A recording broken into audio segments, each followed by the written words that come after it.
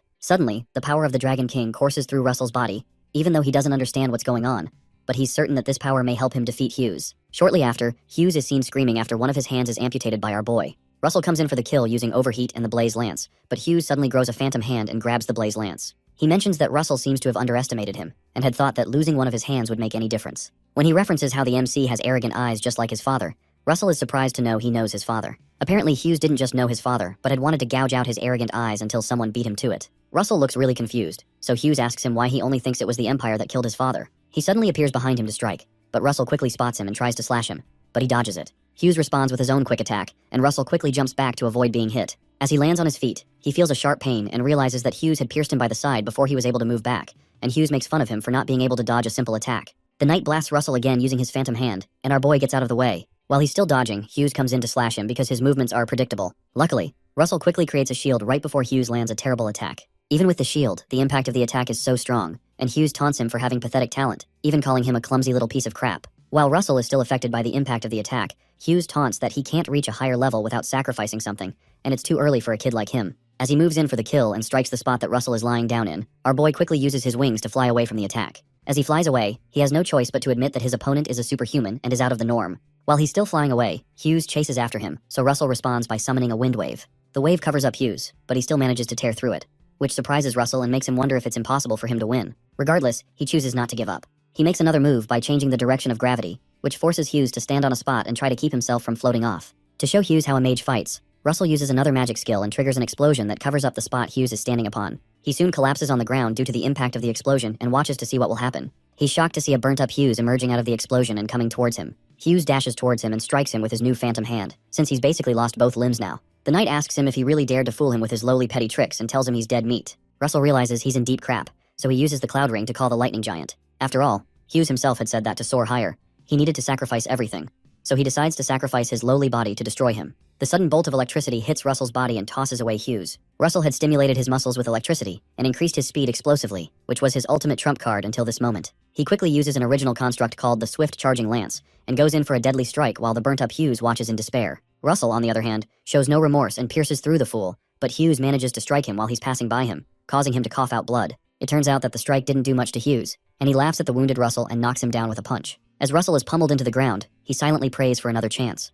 But someone suddenly shows up and blasts Hughes away. The blast is so strong that it burns away a few of his limbs, and the man asks him how it feels to crawl on the floor like a bug. As Hughes struggles to pronounce the man's name, the man tells him it's time to die and drops an explosion on him, leaving nothing but a pool of blood behind. The man also finds it unbelievable that Russell was able to push Hughes to this extent all by himself. While the man realizes that Russell's desperate struggle just changed the fate of Endymion and Keel, Hubert and the others go to help him up. Now nobody can doubt his abilities, and it's truly the birth of a hero. 10 days after that incident, Russell is yet to fully recover, despite the fact that he used overload and his wizard body. It's clear that the wall to becoming superhuman is quite formidable. If Sir Nicolo hadn't arrived in time, he surely would have died. He had thought he'd gotten stronger, but it looks like he still has a long way to go. However, he can't seem to forget how the Dragon King told him to find the dragons, because their existence will connect him to him, and it doesn't make any sense to him either. Dragons are known to be extinct though, so this brings up the question of whether there are any living dragons left. Sometime later, while he chats with Hubert, he tells him about how Hughes had speculated that it's not the Empire that was responsible for his father's death. Hubert suspects that he might have simply said that to provoke him, but it would be wise to be careful regardless while they secretly investigate it through the Flame Tower.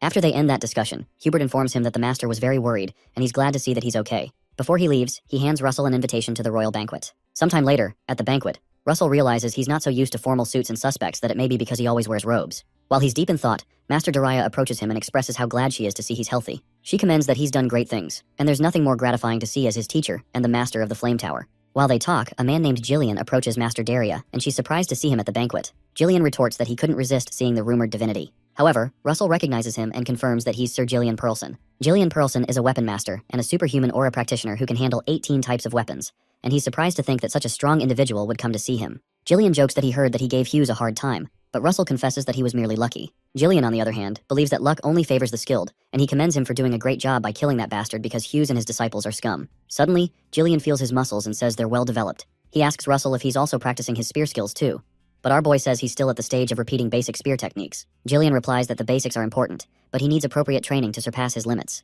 He hands him a ring and asks him to bring that ring and find him if he ever needs guidance. His hospitality shocks Russell, and he asks why he's showing him such grace. But Jillian corrects that it's not grace, but he's giving extra fertilizer to a promising tree. The gesture touches Russell deeply, and he promises to reach out to him. Shortly after, an announcement is made that the ruler of Endymion, His Majesty the King, has entered the hall. Everyone bows down to the king, who is accompanied by Princess Hecate. As they walk past the guests, Hecate spots Russell and smiles at him, making our tough guy blush like a fifth grader. When the king ascends the stage, Brother Hubert and Russell come to kneel in front of him, and the king acknowledges the great contributions Russell has made to the alliance with Keel and their recent victory. The king grants Hubert 500 gold coins, 100 fine horses, and the right to collect taxes from 1,000 households in the southern part of the kingdom, and he grants Russell 3,000 gold coins, and designates 3 cities in the west of the kingdom as the Raymond County, and places them under his authority, which shocks Russell. He's soon given a document that contains the names and locations of the 3 cities included in the county, and Russell receives it with honor, happy to finally own his own land, which brings him a step closer to restoring his family. After giving out the rewards, they resume the banquet to celebrate the great victory. While they're all having a good time, Princess Hecate's attendant notices she's not pleased, and Hecate points to Russell, who is being thronged by a group of women. The princess's attendant notices the thronging and proposes that the princess ask him for a dance,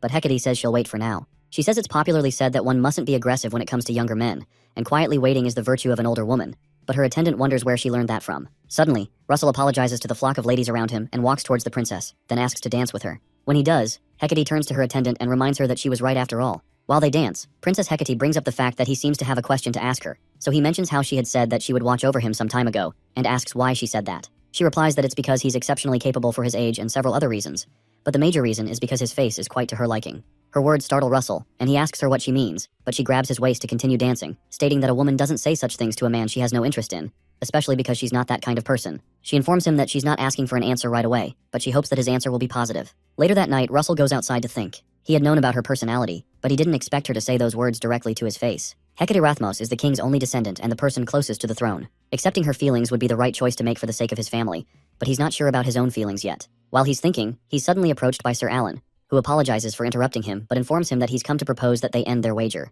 When he gets back to the tower, it turns out that Master Melville had sent in a letter to Master Dariah, proposing to end the wager, after Russell agreed with Alan to end the wager. He had expected Alan to get in touch, but this was much sooner than he expected. When Master Dariah asks him what he thinks, he mentions that they don't need the initial 3 years that were stipulated in the initial bet, so they decide to go along with them. Sometime after, they all gather in the dueling arena in the Colosseum, with a magical barrier that can withstand not just 6th circle magic, but also the sword aura of an expert-level swordsman. Our boy considers how he was a 2nd circle mage in his past life, and how he would never have thought he'd be standing here someday. Master Dariah declares that they should start right away because there's no need to drag it out, and Master Melville jokingly wonders how long she can keep up her bravado. The barrier is a magical barrier created by the 2 tower masters, so they don't have to worry about destroying their surroundings, and have the liberty to show their skill to their heart's content. In the dueling area, Russell and Alan face each other. Alan is a genius known as the mage among mages, but as of this moment, there's little difference in their skills. Russell reasons that the crucial thing in a match between similar opponents is closing the distance between them. He quickly dashes forward, causing Alan to dart backward in an effort to create distance. Russell's fighting style seems to him like he's fighting a knight or a swordsman rather than a mage,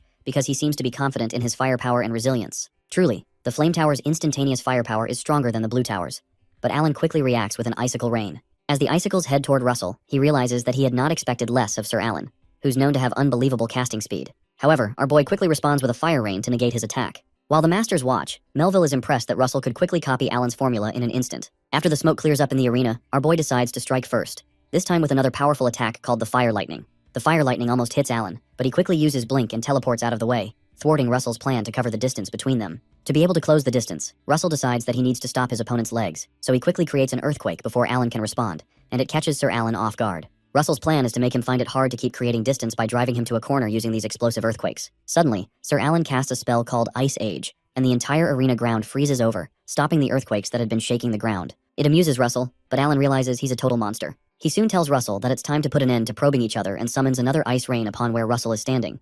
But our boy quickly creates a firewall to protect himself. Suddenly, Russell's hands freeze, preventing him from moving properly and casting his firewall. Alan had used a move called Frost Stop, which is a secret magic of the Blue Tower that Master Melville had taught him since he's going to be his successor. Alan commends Russell's astonishing growth, which he'd like to observe more, but explains that his master is waiting, so he has to postpone that. Using a method called Aqua Field, he floods the entire arena with water, and the waves of water overflow toward Russell to cover him up. Upon seeing the incoming flood, he decides to use an ace up his sleeve that he didn't plan to use before. Suddenly, Russell triggers an explosion, releasing a violent crimson energy that stops Alan from moving his body. Master Dariah recognizes the method as something called Dragon Fear, and Master Melville suddenly realizes that the reason he had exceptional talent for his age is that he inherited a dragon's bloodline. On the spot, Russell's body transforms into a merge of a human and dragon body. Dariah is shocked, and believes this is impossible because she's certain that his parents were ordinary humans, which can only mean one thing. Master Melville speculates that this means there must be a high-ranking dragon among the ancestors of the Raymond family. On the arena, Alan notes that the power Russell has just released is enough to make his whole body tremble. However, Russell is not the only one hiding his power.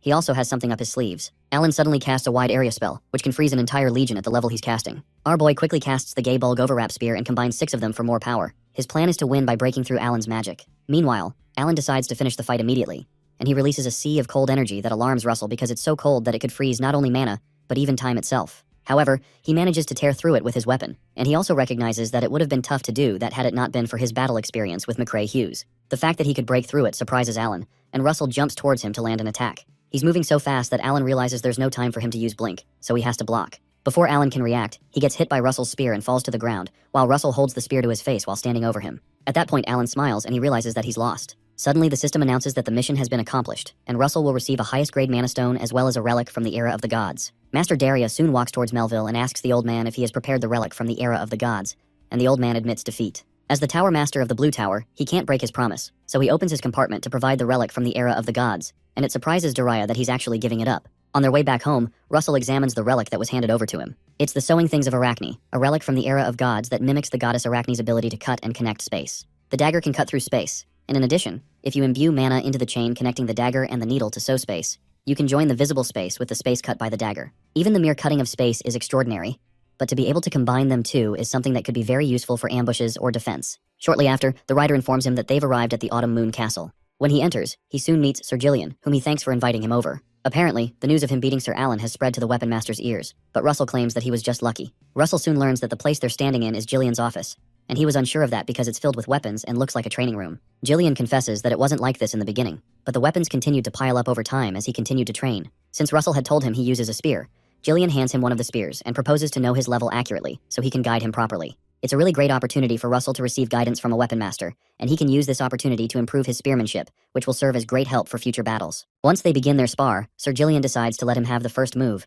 which is an offer too irresistible for Russell to turn down. He charges at Sir Jillian, but he soon ends up on his back. On the ground, he's surprised that he got defeated so easily even though he didn't use magic, and that shows the strength of a weapon master. When he asks how he performed, Jillian replies that his visual acuity and flexible thinking are good, but he doesn't seem to have a talent for wielding the spear. However, it's still impressive considering the fact that he's self-taught. Jillian finds Russell amusing to watch, but Russell wonders if he should use magic in their next spar. Suddenly, Jillian informs him that he won't be teaching him for free, but he'll be training him once a week, and he'll spar with his knights in return. Sparring with Jillian's knights is not a bad offer, but just sparring won't make them even, so Russell makes a request. Meanwhile, all the knights are summoned by Jillian to meet with Russell. When they hear Russell is around, one of them speculates that Russell is the mage that blew off McCrae Hughes' arm, and is said to have horns on his head and breathe fire. One other knight considers that nonsense because that sounds like a circus guy, but Lord Jillian soon arrives with Russell, so they all greet him in unison. Immediately, Jillian announces to the knights that they'll have 2 sparring matches with Russell starting today. In the first match, they'll be using magic and aura, but they won't in the second. The knights are surprised to hear that they'll be fighting without aura and magic in the second round, because that will be disadvantageous to Russell, who is a mage. However, the goal of this training is to improve skills rather than experience, and not using magic is better for that. Based on that, Russell introduces himself to the knights and informs them that he looks forward to their guidance before they start sparring. Suddenly, the system displays that the next mission is to spar with the Knights of the Autumn Moon Castle, defeat the knights, and achieve consecutive victories by sparring, with rewards of low-grade manas. Shortly after, Russell is paired with one of the knights named Rohakan, a 4th-grade knight, who expresses that it's an honor to cross swords with a famous hero like Russell. They soon begin, and Rohakan dashes toward Russell with a perfect form that seems straight out of a swordsmanship manual, which Russell doesn't expect from a 4th-grade knight. Regardless, such skill is expected from a knight trained by Sir Jillian, but Russell easily dodges his attack and knocks him on his back. After he points the spear at him, Russell asks if he would like to continue, but Rohakan accepts his defeat. Meanwhile, the other knights are impressed by how Russell moved and realize that he actually has some skill outside his use of magic. The knights soon become tense, as it's natural for their pride to be hurt after losing to a mage in a fight of pure martial skill. The request that Russell had privately made with Jillian was for him to be allowed to spar with them without using magic, and Jillian had accepted the proposal purely out of amusement. However, it seems to have turned out to be a great motivator for everyone. Suddenly, another knight named Sir Vincent, a 2nd-grade knight, asks to spar with Russell, and some of the other knights wonder if he thinks that 3rd grades can't handle Sir Russell. Sir Vincent is a 2nd-grade knight strong enough to compare to the vice-captain of the Knight Order, and Russell thanks him for the opportunity to fight with him, as it will be a great opportunity. Later that evening, Jillian realizes he had underestimated Russell when he finally managed to draw against Vincent, but Russell claims he just got lucky, as usual. Jillian, however, doesn't buy his luck story and asks if Vincent would have stood a chance if he had used magic back there. When Russell doesn't answer, it proves Jillian's point that Vincent still wouldn't have stood a chance, even if he were a 1st-grade knight. Jillian isn't wrong because Russell is a 5th circle mage, which puts him on the same level as an expert grade knight. Jillian cautions him not to sell himself short. As they say, excessive humility can become arrogance. Shortly after, Jillian opens a vault to show Russell a gift he has for him. Inside the vault are books that Sir Jillian collected while traveling all over the continent in his younger days, including spearmanship books that Russell can use to study. Since it will take too long to check all the books in the library, Russell decides to focus his attention on spearmanship. Later on, Jillian finds out that Russell is unable to choose between 2 spearmanship books, called the 6 Union Heaven-Shattering Arts, and La Mancha, and informs him that they're both great books to master. Apparently, the 6 Union Heaven-Shattering Arts is difficult to master, but if perfected, it can become the best among the powerful spear techniques. La Mancha, on the other hand, is a refined spear technique, so being able to use it without unnecessary movements is a positive. Personally, Sir Jillian recommends the 6 Union Heaven-Shattering Arts, but Russell decides to go with La Mancha. The reason he chose it is that a refined spear technique that can be used flexibly depending on the situation is more suitable for him as a mage than a powerful spear technique. Jillian notices that he picked the rational choice over something that's just strong, which shows that he thinks like a mage. He decides to respect his decision and informs him to go ahead with mastering La Mancha. It intrigues Russell that Jillian would give away such books without a thought, and it resonates with him how generous Sir Jillian is. Suddenly, Jillian reminds him not to forget that he has to spar with the knights, so he's reminded that it's not free after all. Sometime later, while Russell is being transported in a coach, he practices the sequence of the La Mancha movement. The simple moves come together to form a line, but he keeps getting stuck at one point. It's been a year and a half since he received La Mancha from Sir Jillian, and just memorizing the forms is already an achievement in itself. But to perfect the spear technique requires him to realize its true meaning. For that, complete focus would be ideal, but he has too many distractions. One thing on his plate right now is the system notification of the mission to become a 6th circle mage by surpassing the new wall he has faced and becoming a full-fledged 6th circle mage with rewards of highest, advanced, intermediate, and low-grade mana stones, as well as an unknown reward. Becoming a 6th circle mage is a matter of training and enlightenment, and there's no immediate solution to it. The words of the Dragon King fill his mind because the king had told him to find the dragons, as their existence will connect Russell to him and help him become the master and hope of the dragons that remain in this world. He has no inkling as to how he's supposed to find the traces of the dragons. He had checked out the old books and found 4 places where he could find the traces of dragons. So far, he's checked 2 of them, but to no avail. That leaves the Red Mountain Belt Canyon and Coral Island. Coral Island seems to be more likely out of the 2, but exploring it at his current level is too dangerous. He decides to postpone exploring Coral Island until after he becomes a 6th circle, and head to the Red Mountain Belt Canyon for now to explore the underworld within its depths. In a private discussion with Master Daria, she learns that he's going to the underworld this time. The underworld is a land of dwarves, and humans can't enter that place easily. Russell agrees, so the master tells him to visit the White Magic Tower Master if he must go because she's half-blood of the fairy race, and must know something that can help him. Later that night, Russell heads over to the White Tower. Apparently dwarves are a part of the fairy race, so Master Daria had a point. As he approaches the tower, he's suddenly ambushed by someone that Master Daria had forgotten to inform him would be there. Brother Olsen. Olsen wraps his hands around his neck and mentions that it's been a while. Apparently Olsen had applied to the overseas research trip in the underworld too. He had thought it'd be lonely since it's not a popular research location, but it seems he won't be bored with Russell around. When Russell asks him if he's met the White Tower Master before, Olsen admits to having met her and describes her as someone who is like a cute yet eccentric girl. Shortly after, they're led into the tower, and Russell is intrigued by the cuteness of the room. When they step into the main hall, they are welcomed by a young woman hugging a teddy bear. Olsen quickly bows, but Russell stares incredulously, while the White Tower Master recognizes both of them. Her name is Amelia Merwin, and she's the White Tower Master. The White Tower Master is one who can control wind and spirits. Possibly because she's also half human and half elf, she also gives off pure mana, which can only be felt from elves. Brother Olsen is amazed that she remembers their names and concludes that it's because of Russell's fame, but Master Amelia comments that it's because of the peculiar mana that Russell possesses. She floats towards him and sniffs him, detecting that he's made a contract with a spirit. Russell gladly affirms that, especially because nobody else has noticed that before. The master asks him if he can summon the spirit he's in contract with because he can't go to the underworld using normal means. He'd have to either be lucky enough to find a hidden portal, find a map with a portal marked on it,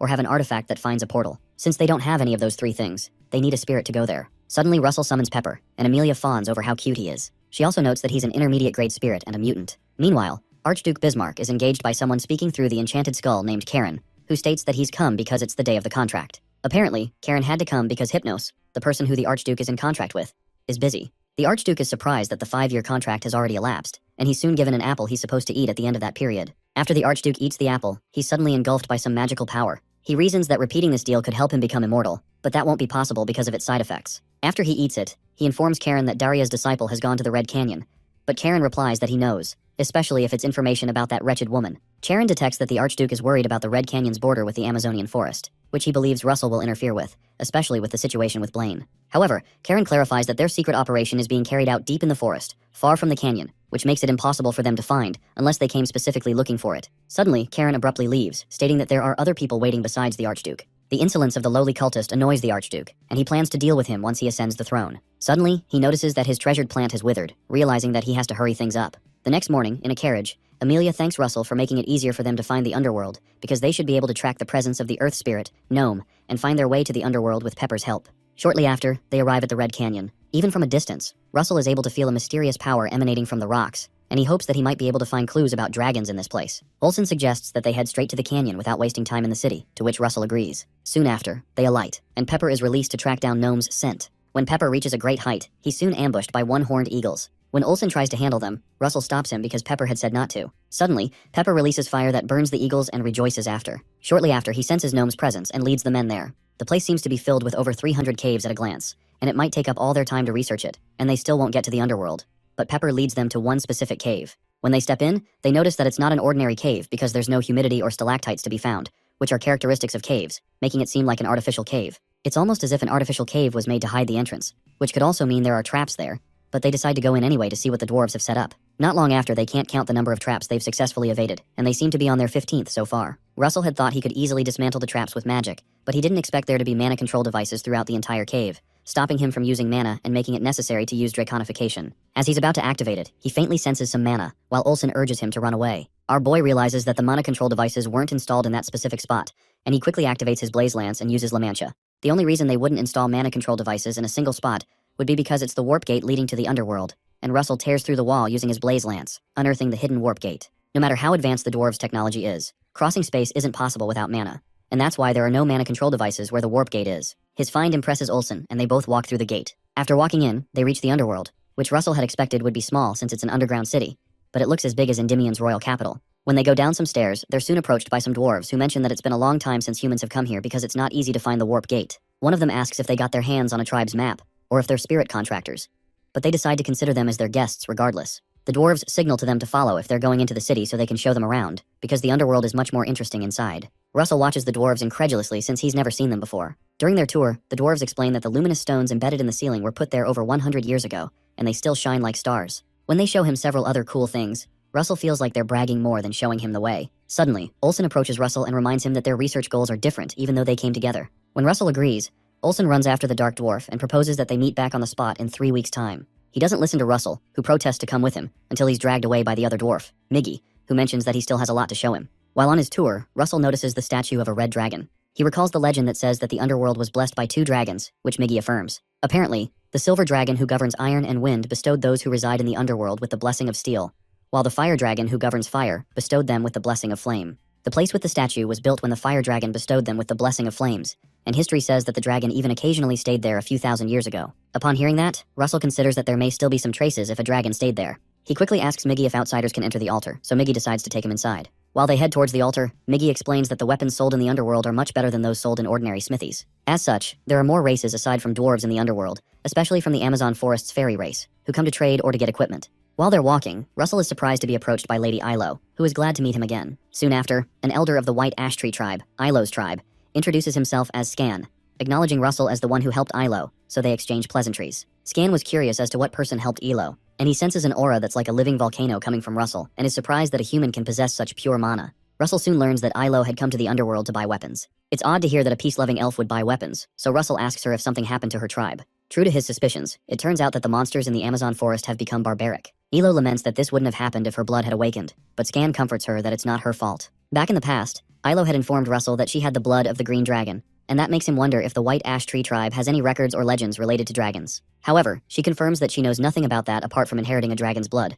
but she promises to check for any records from her tribe if she can find any while he's staying in the underworld. Shortly after, they reach the fire dragon's altar, but Russell doesn't see anything special. He considers going to the silver dragon's altar, but soon finds out that the silver dragon's altar is the same as the fire dragon's altar in location and form. While he considers if there's really nothing to be seen here, Miggy steps out to wait for him while he checks it out. Suddenly, Russell places a hand on the statue, and a green light appears, eventually lighting up the silver statue's eyes. Suddenly, the silver dragon states that he's been waiting for a very long time, and is glad that he's finally come before the end of his remaining lifespan. As the green light shines brighter, the dragon tells him to follow the path and come to him so he can show him their master, the genesis of all dragons. Suddenly, a green compass with an arrow appears over his hands, and the voice of the dragon asks him to go in haste. Our boy quickly dashes in that direction, especially because the voice speaking to him sounds like a voice on the brink of death. While he's running, he notices the arrow is getting shorter, which means he's getting closer to the dragon that led him. Shortly after, he flies into the sky and spots the place the compass is leading him to. As he approaches the place, the house seems to be too small to house a dragon, and it seems to be some sort of cover to hide the passage. When he enters, he notices a gate inside, which confirms his suspicions.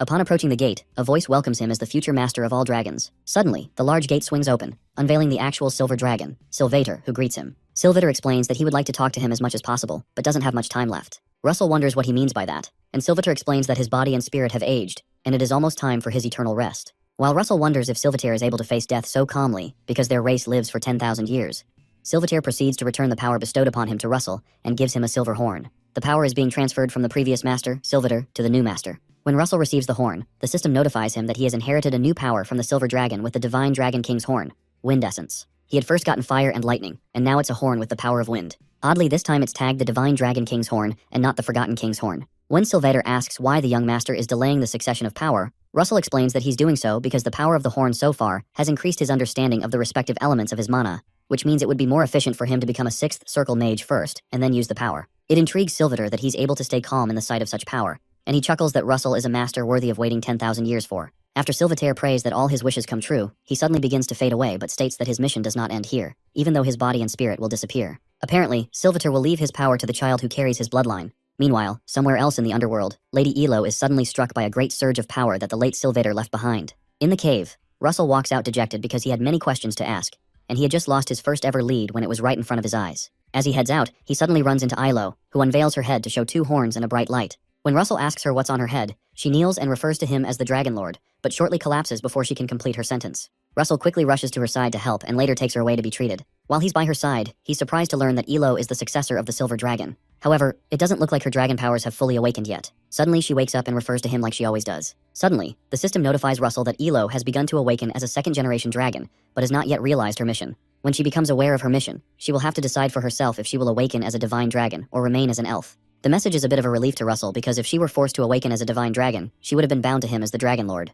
Still confused, Elo asks him why she's in his room, so he explains that she fainted in front of the gate, and he had to bring her to his place in a hurry. Upon hearing what happened, she's glad he was the one who found her and wonders if this happened because of the horns. Apparently, a silver light flew at her before she lost consciousness, and it seems the dragon's essence within her has awakened. When she realizes that her accomplices must be worried, she decides to head out to go see them, and she prays that the blessings of the forest be with him on his path before she leaves. The next day, it turns out that Russell has more time on his hands than he had expected, as he thought it would take 20 days to find the dragon's traces. He decides to use the opportunity to go see Miggy and his friend at their forge. Once he reaches their forge, he shows them an object from his compartment for them to appraise. They sense that the object has incredibly pure mana, as if the stone itself is condensed mana, almost like a dragon's heart. However, the mana's purity is too high for it to be the heart of a dragon from the lower dragon race, and too small for the heart of a higher species. So, they ask him to leave it with them for a while so they can properly check it out, to which Russell agrees. The dwarves rejoice after he agrees and quickly go consult the dragon encyclopedia right away, and Russell feels like they're excited mages who have just secured research funds. Shortly after, Russell heads to the Grand Library after having been referred by Miggy. The underground library is quite unique and contains precious knowledge. Normally,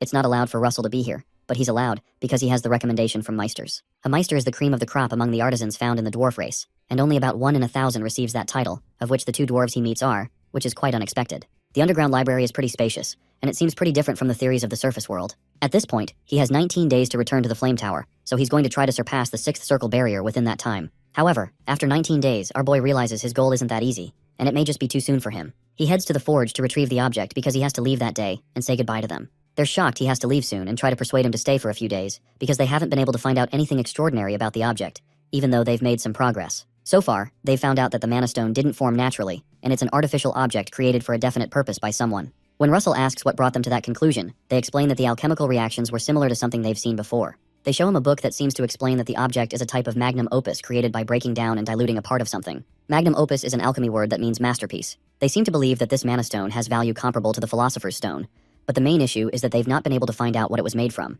However, Russell thanks them since the information is more than enough and thanks them for helping him know how amazing the underworld truly is. They both ask him to come anytime he can. As he leaves, he figures that the material for the Mana Stone is likely a draconic heart, which would be quite shocking. When he reaches the place Olsen had asked to meet, he doesn't see him, but he soon shows up looking shiny because he had applied something to his body. Apparently this oil is the secret behind the dwarf's muscle strength, and Olsen plans to modify it for humans when they get back, which was his initial research purpose. When he notices that Russell looks troubled, Olsen asks if his research is not going well, but Russell confesses that he actually got what he came here for. So Olsen senses that the thing bothering him is the wall of becoming a 6th circle mage. Apparently Russell is able to see it, but he can't cross over, which is frustrating. Olsen recalls a saying that 100 mages will have 100 different enlightenments, which shows how delicate the matter of enlightenment is. Even well-meaning advice can be detrimental, so it's an unwritten rule not to interfere. However, a few basic pieces of advice should be fine. Suddenly Olsen asks Russell if he knows he can lift 1,500 pounds, which is about 680 kilograms, but this is Russell's first time hearing that. Apparently Olsen wasn't able to lift that weight at the start, but after constant effort on top of even more effort, it became possible one day. He advises that enlightenment when it comes to magic is the same because if you work diligently every day, it suddenly comes to you. Those words resound in Russell's mind, and he realizes that he has to be patient because he's grown significantly compared to a month ago. While they walk, Olsen points at the sunset and how magnificent the sunset over the Red Canyon is. The sunset light blurs the boundary of the sky and earth, and everything Russell has learned and the walls he's built up brick by brick feel as if there's a greater enlightenment waiting just beyond. Suddenly, our boy experiences a mental projection into his mind, and he realizes that everything he's learned and experienced is expressed in formulas. Upon seeing the burning red sunset, he decides to add the formulas he knows to the image of the burning red sunset, and he suddenly creates an original construct known as the falling sun. The energy released is so strong that Olsen has to stop him because he seems to be planning to set the canyon on fire. When Russell seems to be in a trance, Olsen casts a sleep spell on him, and he passes out on his shoulders. Although he had advised him about enlightenment, he didn't expect it to come to him so suddenly, and this is going to cause quite a stir in the academic world. At this point, Russell is the youngest 6th circle mage. The system soon announces that he's reached the 6th circle and will be rewarded with the highest grade mana stones, advanced grade mana stones, intermediate grade mana stones, and lowest grade mana stones, as well as an unknown reward. Sometime later, at the Flame Tower, Russell recalls the Falling Sun original construct he had made that allowed him to become a 6th circle mage. There's a strong feeling of mana flowing through his veins, which is different from what he used to experience as a 5th circle mage. Apart from that, he received the 2nd golden mask as a reward for becoming a 6th level mage. Unlike the previous one that helped in attack calculations, this one is a debuff immunity artifact specialized in curse defense, and it'll help resist the sorcery of the pagans. Master Daria is glad that he's back and asks him how the underworld is. Before she can finish her statement, she recognizes that he's already surpassed the wall, so he admits that the external research was helpful. It's only been a year since he's fully mastered 5th circle magic, and it seems that Master Daria underestimated the kid's talent because she thought it'd take him at least a few more years. Regardless, she's so proud of him and tells him that it's expected of her disciple, and he pledges to continue to strive forward. Another funny thing that's on Master Daria's mind is how furious Master Melville will be when he finds out about this. She suddenly proposes that they see the skills of their remarkable youngest, so she teleports them to an open space to practice. This scenario reminds Russell of the day before the expedition of the ruins, when it was hard for him to face one giant. Meanwhile, Master Daria figures that the challenge against those giants must be much easier for him now, so she decides to raise the difficulty to match his level using one of her original constructs, known as the firewood dwarves. The entire place is soon covered by several hundred of the fire golems, but the master reminds him that it's too early to be shocked. Before he can react to that, she curses another original transformation of hers, so she summons a giant firewood king in their midst. At this point, Russell wonders if she's going too far, but he realizes she just wants to get straight to the point. In that case, he decides he has to respond in kind by using his Falling Sun construct, a grand warfare spell that excites Master Daria. He also excitedly bears down the power to show his master his enlightenment and incinerates all the golems using the Falling Sun's power. After he destroys everything, he realizes the destructive power is too strong, and he would have swept allies away in a real battle, which means he's got to be careful. Master Daria soon approaches him, suddenly realizing that the reason he advanced too quickly was because he's been able to tap into mental projection. She asks him what mental image he had in mind to project power, and he tells her it was a burning sunset. That intrigues her because a mental projection is a once-in-a-lifetime opportunity for a mage, but what Russell showed her is an unfinished spell that still needs improvement, and the thought of him being able to complete it excites her. Watching the growth of a disciple she took on in her late years is quite entertaining to her. Sometime later, while Russell is alone in his house, he recalls how the master had told him that she'd officially request a circle achievement registration with the association because he excelled in casting speed, power, and rarity as an original mage. The master acknowledging him means a lot, so the next task on his list is to absorb the mana in the wind essence horn that Silvator gave to him, and the mana stones he got as rewards. There's so much that it would take quite some time for him to absorb them all, so he begins by stabbing himself with the horn. After absorbing from morning till night, the system notifies him that he's absorbed the Divine Dragon King's horn with wind essence to the limit, and mana exceeding the absorbable limit will be absorbed by his latent power. The latent power will be available at the moment of awakening and grant him great power,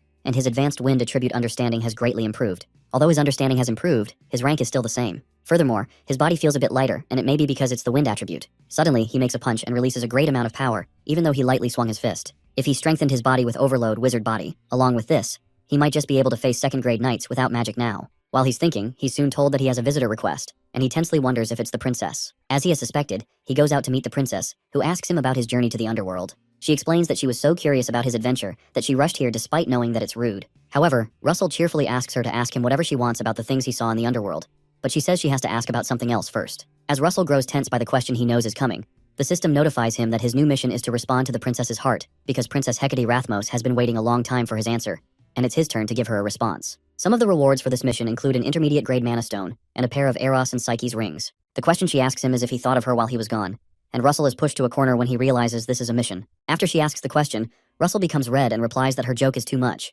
His reaction puts her at ease because she thinks teasing him is fun since he's always so stiff. She finally states that it seems her efforts haven't been in vain after all. Regardless, she explains that she isn't asking for an answer right now, but she only hopes that he'll consider it. By efforts, she's referring to the fact that she's been approaching Russell constantly since the last ball, but he kept pushing her away with the excuse of being busy with revenge, which makes him feel like a coward now. When she notices that the time has passed, she mentions that time seems to disappear rather than pass when she's with him, but it's a shame that she won't be able to get the answer she was expecting today. Before she can finish her statement, Russell goes on his knees, brings out the rings, and confesses that he is stiff as she had said, and because of that, the only thing he can say is that he looks forward to his future with her. Shocked, Hecate gets up and jokes that he doesn't know the slightest bit about mood. However, she acknowledges that it's strange that his words, even devoid of style or mood, sound so sweet to her. She accepts his ring and confesses that she looks forward to the future with him too. She reminds him to be prepared because she'll tease him for a lifetime as punishment for daring to make her wait. Shortly after that, the day of the princess's engagement party comes, and there's a lot of ruckus in the city as preparations for wine, food, and entertainment are made. A delegation from Kiel arrives, and Crown Prince Saron of the Golden Sand Dunes considers the festivities unnecessary pomp.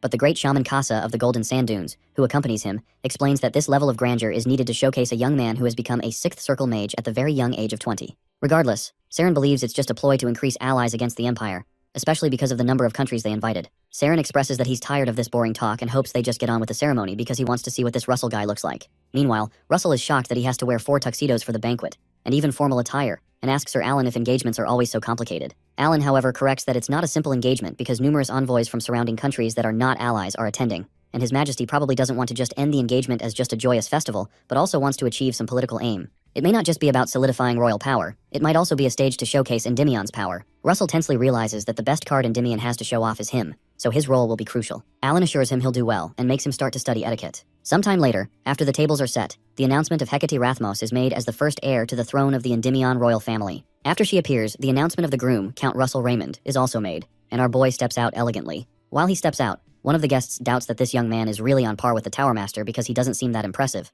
So Prince Saren asks him to just check instead of grumbling from the back. When the man irritably asks how he can check, Saren snaps his fingers and a series of magical snakes rush towards Russell, which makes Hecate scream. Russell, on the other hand, assures her not to worry, especially because he was wondering what to do. But it seems the stage has been set perfectly. He does a circle projection that shows his 6 rings and burns up the snakes at the same time. And the guest is shocked to see that he's really a 6th circle mage. After Russell does the circle projection, he shoots up some fire into the sky and releases a series of fireworks to increase the festivity. Saren is impressed to know that he was hiding this level of magic power, which is beyond what the rumors said. Meanwhile, somewhere in the woods, one of the pagans speaks with Archduke Bismarck through the skull and learns of the engagement of the disciple of their sworn enemy, Daria, with a member of the royal family of Endymion. The Archduke acknowledges that an individual basically on par with the Tower Masters has become a member of the royal family. While the pagan cultist is speaking to the Archduke, he is ambushed by a monster in the forest.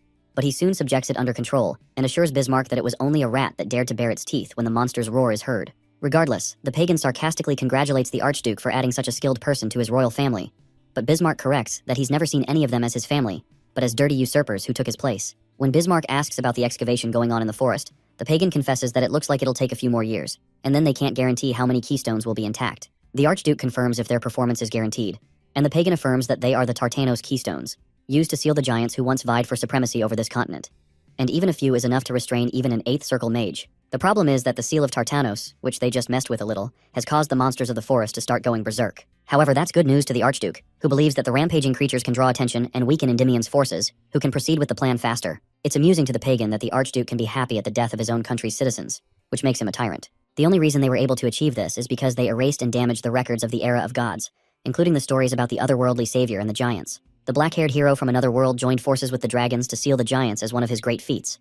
But it's a story that must never be passed down to future generations, so it doesn't ruin their plans. Oddly, the pagan realizes that Daria's disciple also has black hair and an abnormally fast growth rate, which could mean that he had inherited the bloodline of the otherworldly savior. Even if that's the case, he reasons that it happened thousands of years ago, and he wouldn't have been able to fully inherit the savior's lineage. Regardless, he plans to raise the level of the threats to him just to be safe. After the ceremony, Count Russell is ambushed by several people who try to talk to him at once. They're nobles from the countryside, local territory lords, and even from other countries, which means he'll be stuck here for a while. While he's engaging with them, he's suddenly approached by Saron, the Prince of the Golden Dunes, who comes to congratulate him on the engagement of the century. Russell remembers that this was the guy who summoned the snakes, so he jokingly thanks him for the gift but asks him to give him something else next time. Russell asks him if he was satisfied with his reactions, and it impresses Saren that Russell didn't get annoyed by being tested, so he proposes an alliance with him. The Golden Sand Dunes is one of the richest countries on the continent. If they become allies, they'll be of great help in the war with the Empire. However, Saren clarifies that instead of an alliance between their countries, he would like to form an alliance with Russell specifically. Eventually, both men shake hands, looking forward to their alliance. 3 days later, our boy is finally relieved that the ceremony is over. While he's alone, the princess comes to see him and sympathizes with the fact that he's tired since he's not used to such events. She brought with her some business documents that had piled up because of her engagement ceremony, but she finished quickly because she wanted to come see her fiancé. Her words make Russell turn red again, and he accuses her of teasing him once more. He notices a letter among the documents, which Hecate says is his. Upon opening it, he realizes it's a request letter for research she made on his behalf, so he won't have to walk on eggshells when he wants to go out by himself. She asks if it was unnecessary, but Russell hugs her from behind and thanks her for thinking of him. It amuses her that he's so happy about something she ought to do, and she suddenly says she's tired. Finally, she turns to him seductively and proposes they turn off the lights, and Russell agrees. They soon go to bed and passionately make love. Sometime later, at the City-State Alliance in a place called Nasal, an officer who handles freelance mages explains to a man that they don't have what he's looking for, only 3rd circle mages. The man protests that only a 4th circle mage can repel a pirate ship, and one mage suddenly enters upon hearing the request. When the man asks who he is, he presents his ID token. His name is Ridman Lewis. He's 38 years old and a freelance 4th circle mage. He soon introduces himself formally and states that he's looking for job requests that'll be going to Kulil Island. But he's in fact Russell, using some cloaking magic to change his identity. Soon after, they go on the journey, and things seem peaceful so far. Russell hopes that nothing problematic happens before they reach Kulil Island. Meanwhile, another 4th circle mage named Carl Naiman grabs one of his friends, Aiden Owl, who is a 3rd circle mage, and urges him to drink with them. Aiden protests that they shouldn't be drinking during a bodyguarding mission, but Carl explains that they won't get drunk, especially because this is a beer that he personally chilled using his chilling magic. Eventually, Aiden gives in, and Carl offers Ridman some beer too, which he reluctantly obliges. Ridman wasn't expecting to meet Aiden Owl here. In the future, he'll become the person to make great waves within the academic world, as he succeeds in his research to increase a potion's efficacy by around 20%. But, because he was sponsored by Archduke Bismarck, he had no choice but to hand it over to the Empire. However, this time, Russell plans to ensure Endymion gets it. As they continue to drink, Ridman points out that he can feel a flow of mana from Carl's bracelet, and asks if it's an artifact, to which Carl affirms that it's an artifact used to clear one's mind. While they're celebrating, pirates suddenly appear in about 5 ships. The man who hired them promptly comes out to gather the mages, but Carl smirks because he had drugged the beers he gave to the mages, which has made them pass out. When the owner of the ship arrives, he notices Aiden and Ridman on the ground and realizes that Carl is in league with the pirates. Carl affirms his suspicion and advises him to do a better check on people's backgrounds, then tells him to go to the pirate ship if he doesn't want to die. Suddenly, Ridman's ring begins to spark, triggering a lightning storm and activating the ring's signature Thunder Giant's hammer, releasing a torrent of lightning at the pirates. Carl is surprised by the sudden lightning, unsure of who caused it, until Ridman gets up and jokingly asks if that scared him. Carl is surprised that Ridman is still able to use magic and realizes he's using an artifact. Since Ridman is still trying to keep his cover that he's a fourth circle mage, he decides to use the artifact as an excuse for every other move he'll be making. As Ridman triggers a fire to engulf Carl, the poor man pleads to be spared, but our boy doesn't listen to his pleading until he's burned to a crisp. After Carl is burned unrecognizably, the ship's owner can't believe that he was a pirate and asks Ridman how he was able to know. Ridman informs him that he saw the artifact that Carl was wearing, which is an artifact that leaks the mana of the user and is probably used to tell the rest of the pirates hiding in this vicinity of his location. Suddenly, the pirates surround the ship and shoot their anchors into it. The owner begins to panic, especially because Ridman, who is a fourth circle mage, can't handle this many pirates, so he begins to consider paying a toll fee to get them to leave. However, Ridman tells him to take care of Aiden while he goes to feed the fishes. Surprisingly, Ridman flies a few feet over the ship and decides to end this in an instant by releasing a fire rain over the pirate ships. Sometime later, after the pirate ships have been destroyed at sea, Aiden wakes up, wondering what had happened to the pirates. Ridman doesn't answer but encourages him to rest for now and informs him that he has infused some fire energy into his mana road to get rid of the drug's effect. Aiden soon lies back down and apologizes for not paying more attention. Ridman tells him it's alright and asks him if he wrote the research paper he had found on him. Aiden is surprised to see him with the paper, and Ridman explains he picked it up when it fell to the ground while he was moving him into the room. He confesses to Aiden that the research to increase the efficacy of potions that he read from it is quite interesting, and that excites Aiden. Because of that, Ridman offers to help with his research, but Aiden explains that the cost of gathering the potions for the research will cost too much, even though he's grateful for the offer. Ridman clarifies that money is not the issue and gives him an ID token that he can submit at the Flame Tower, which will help him get the money he needs for the research, certain that Master Daria will probably be able to recognize the value of this research immediately. When Aiden reads the ID token, he realizes that it belongs to the war mage from the Flame Tower, Russell Raymond, and he almost loses his mind because he's meeting with the famous Russell Raymond. Russell immediately tries to make him quiet and explains that he's in disguise for reasons he can't disclose. Eventually, Aiden confesses that Russell is the first to recognize the value of his research and promises to follow everything he says. Sometime later, they get closer to Kulil Island, but Russell notices that the dots on the map he has have suddenly disappeared, leaving some words. The words say that above the place where the River of Ice and the River of Flames overlap, head to the end of the River of Flames and rise from there. The map's objective seems to be to lead him to that point, but he doesn't understand it just yet. Moments later, the crew lowers the anchor, and the owner of the ship thanks the two mages for helping their merchant association arrive safely. Aiden humbly explains that he didn't do anything and almost says it was Sir Russell that helped, but suddenly remembers his name is currently Ridman. The merchant hands them some money as a reward and informs them that he put a little more than the amount stated in the contract, wishing them luck in all their travels. After the man departs, Aiden sulks because he had hoped to learn more from Russell before they had to go their separate ways. Suddenly, Russell transforms back to his original face and informs Aiden that he'll see him at the Flame Tower, then leaves. As our boy goes around the place, there doesn't seem to be a lot of humans around, as expected in a country of beastmen. While walking, he notices a monkey beastman, but eventually decides to go to the bar because it's the best place to gather information in foreign lands. Upon entering, he's welcomed by the bartender and asks for an ice-cold glass of beer. When he overpays for the glass of beer, the bartender protests that the money is too much for a beer, so Russell asks her to treat the change as payment for answering his questions. She smiles and cheerfully asks him what questions he has, so Russell asks if there is a river of flames on the island. The bartender doesn't seem to recognize the river of flames, but explains that there are a few places where he can find flowing lava. Apparently, Kulil Island was formed from the eruption of a volcano, but it hasn't erupted for centuries now. He also asks her if there's a place where the River of Ice and the River of Flames overlap, but she doesn't seem to understand what he's talking about, so he tells her it's okay. Eventually, our boy decides that he'll have to walk around for a bit, so he proceeds to the center of the island. On his way, he runs into the monkey beastman he saw before, who asks him if he needs a guide, stating that he charges 2 silvers for an hour. When the beastman promises that he won't regret hiring him, Russell considers him an a-hole who's simply trying to rip him off in an elaborate scheme, as they usually do. Eventually, Russell decides to follow the monkey man, who explains that there's no race as connected as the monkey men among those that live near the coast. The monkey man explains that they know the area the best, and Russell agrees but asks where he's taking him. The monkey man cheerfully insists that he's taking him where he wants to go, but Russell explains that he doesn't remember telling him where he wants to go. When the monkey realizes he's onto him, he asks when he realized his ploy and why he followed him, so Russell explains that he followed him because he needed someone to do work for him. When the monkey man realizes he's been had, he complains and tells Russell he was going to spare his life if he handed over his belongings quietly, but he's changed his mind to ripping his skin off. As the group of monkey men charges at Russell, he casts a lightning spell and asks if he really thinks he would have followed him into his trap if he didn't have anything up his sleeves. The monkey man immediately recognizes the spell as a wide-range spell and tells everyone to retreat because this will sting a bit. Before they can react to the order, the lightning chain hits them all and wipes them out. Russell spares the one that brought him there and tells him he has some questions that he'll have to answer nicely while holding the lightning spell in front of his eyes. Russell asks him about a place where the River of Ice and the River of Flames overlap, but the monkey apologizes because he's never heard of a place like that. When Russell asks if he was lying about being the most knowledgeable when it comes to Kulil Island, the monkey man fearfully explains that there isn't such a place on the outer ring of the island. When Russell asks if it could be in the inner ring, the monkey man confesses not to know what's in the inner ring, which means that Russell would have to go there on his own. When Russell proceeds to go to the inner ring, the monkey man protests because those inside are not ordinary, are quite hostile by nature, and will charge at him immediately if they come to know that an outsider human has stepped into their territory. Shortly after, Russell heads to the inner ring, and he's approached by some of the locals, who ask if he's the outsider that's causing a stir on the island. Their leader states that he's tinier than they thought, and Russell realizes they have no killing intent at all, but just a desire to fight. He wonders if the instinct of beastmen is only to pursue strength, so he cheerfully asks if they're there to fight him. The leader affirms that he knows why they're here and apologizes because this is their natural instinct. The leader asks him to say when he's ready, so Russell cheerfully says they can start. The leader likes his personality and jumps at him, hoping to see if he's got skills to match his words. As the beastman charges at him, our boy realizes that he won't be able to stop that charge with a half-assed spell, so he has to condense his mana as much as possible.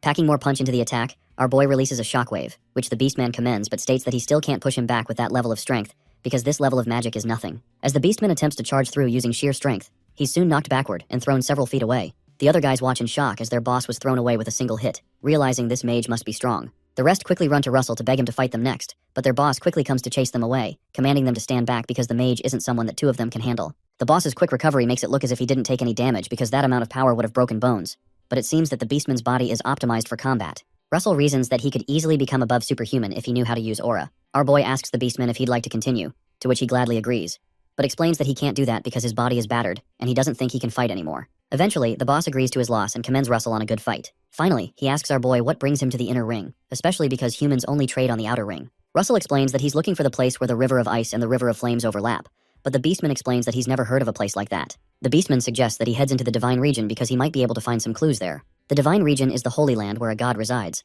and the beastman explains that he's never been there before, but he suspects that's the only place the thing he mentioned could be in. Russell recalls that there were records of the first beast king, Fenrir, being a mixed dragon, and he has no choice but to investigate this, since he got the clue from the altar in the underworld. Days later, Russell defeats another beastman in the inner circle, and it seems to be his 17th fight just that day. The boss beastman he fought with had told him that he needs the acknowledgement of the great warriors and great elders in order to enter the divine region, but he has to prove his strength to get their acknowledgement. So far he's been fighting for 15 days straight, but no one has shown up to acknowledge him. Not long after, another beastman from the jaguar tribe shows up and asks him if he's the rumored outsider human. When he confirms, the beastman asks him to follow him because there's someone looking for him. Russell spots the knot around his waist and identifies that it's the symbol of a great warrior, so he asks him if it's a great warrior or a great elder that's looking for him. The beastman tells him that it's Muya, the beast king. Our boy was expecting a great warrior or great elder to look for him, but he never expected to meet the beast king, which is a bigger catch than he could ever dream of. A while ago, Muya had called some beastmen from the jaguar tribe to ask if they knew about the outsider who's causing an uproar on the island recently. They confirm that they know about it, especially because the gatekeepers of several tribes are said to have been defeated.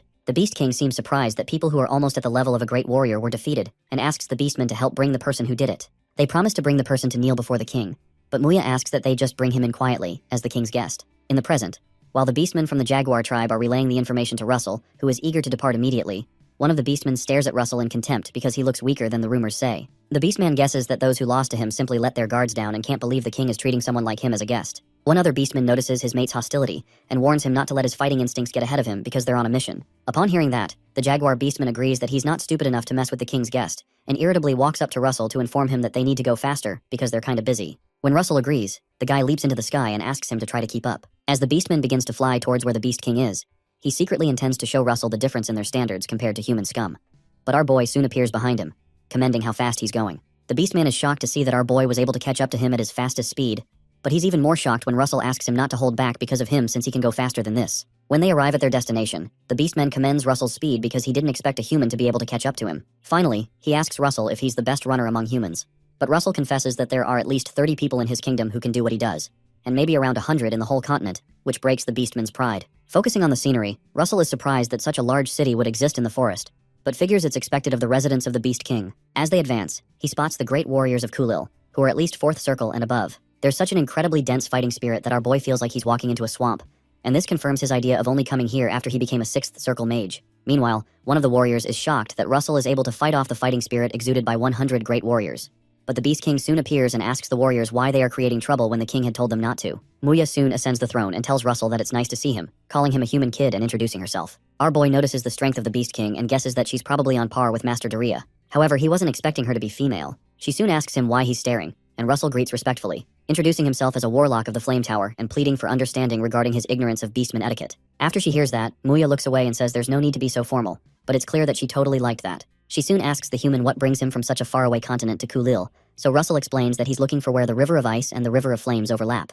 When the warriors hear that, they consider it unthinkable that a mere outsider who's not even a warrior wants to go into the divine regions. The king quickly shuts them up, and Russell asks if no outsider has ever gone into the divine regions, or if there's a rule that makes it impossible for outsiders to go in. Muya notices how Russell knows how to see situations for what they really are, along with his fighting capabilities that are at least on par with great warriors and great discernment, which can help stimulate the growth of the beastmen, which had been stagnating. She asks him to keep talking, and Russell asks again if those who are acknowledged as warriors can enter the divine region. Upon hearing that, Muya asks him if he's saying that a human wants to attempt the warrior's trial, so Russell admits that he'll be willing to attempt the trial if that's the only legitimate way to go into the divine region. Soon after, he's told that the rules of the trial are simple. Stay alive in a canyon for 10 days. He won't be provided any food, so he'll have to procure whatever's required for his survival and fight 5 great warriors a day while winning all the fights. Russell realizes that this exercise is to test one's mental capacity, survival ability, and skills. Also, there's a strange dark energy flowing from the canyon, so he realizes that he needs to be careful to keep his mind focused. Soon after, Muya states that it's time to enter the canyon, so they begin the warrior's trial once he takes a leap. When he lands in the canyon, he realizes the dark energy is stronger than he expected, and he remembers that he had heard this is the canyon where the corpse of Jormungandr, the snake that killed Fenrir, the first beast king, lies. Suddenly, several snakes approach him, but Russell calmly summons Pepper, who blasts them away with his fire breath. After Pepper does that, Russell tells him that they're having snake meat for dinner. On the last day of the trial, Muya is impressed by our boy's incredible mental strength and skill. The fire Russell also made using magic has been burning for 5 days straight, and despite fighting 20 great warriors, he's not injured at all. Muya realizes she can't hold herself back after seeing such a delicious dish in front of her. Against the will of her warriors, she jumps into the canyon, and Russell protests that it's a little unfair that she has to join in the fight, but she explains that her blood started boiling after seeing someone so strong. Technically, she's also a warrior of the Beastmen, so she proposes that he'll pass the warrior's trial if he can withstand 5 of her attacks, since she's not shameless. Russell likes the idea that he doesn't have any more today if he endures 5 of her attacks, but the Beast King is definitely way harder to fight than the great warriors. Since that's what she wants, he decides to oblige, but he quickly activates his draconification. The warriors are surprised by the sudden burst of energy and wonder if Russell wasn't human. Meanwhile, the Beast King is intrigued by the display of his full strength because she'll be able to enjoy the moment,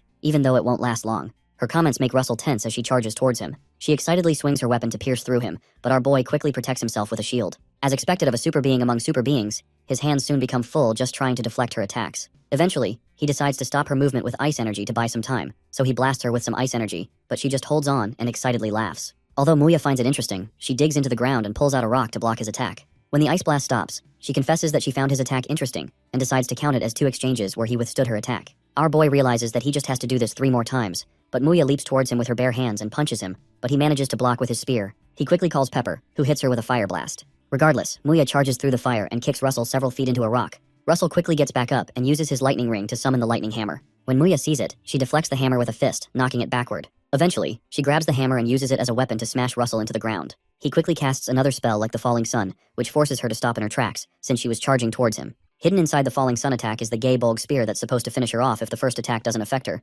and Russell rains down both attacks. After the smoke clears up, our boy breathes heavily, so the Beast King decides to let him go since it doesn't look like he can carry on anymore, even though she'd like to play more. She confesses that it was really fun fighting with him and gives him a passing grade as he passes out. Sometime later, Russell, who has been covered all over with bandages, violently wakes up with Pepper by his side. The Beast King, who has been standing by his side, informs him that Pepper stuck by his side the whole time, but he becomes alarmed when he notices her undressing. He quickly uses Pepper to cover his eyes and demands to know what she's doing. Confused, she explains that she wanted to show him the passionate traces that he left on her body, and our boy becomes red, wondering when he ever did that. She suddenly throws Pepper out of the way and shows him the mark on her shoulder. Apparently, she never thought he'd make the falling sun explode using a spear, and the burn would have been much bigger if she had been even a single second later in dodging it. It seems that his last attack worked, but the wound is way too small for him to say that it worked. When Muya notices that his face is so red, she checks and confirms that he doesn't have a fever. Upon realizing it's something else, she asks him if he's like this because he wants to mate with her. She says that if that's the case, she'd consider calling him a man instead of an outsider. As Russell tries to calm her down to listen to him, she seductively advances towards him and explains that she doesn't mind taking his seed.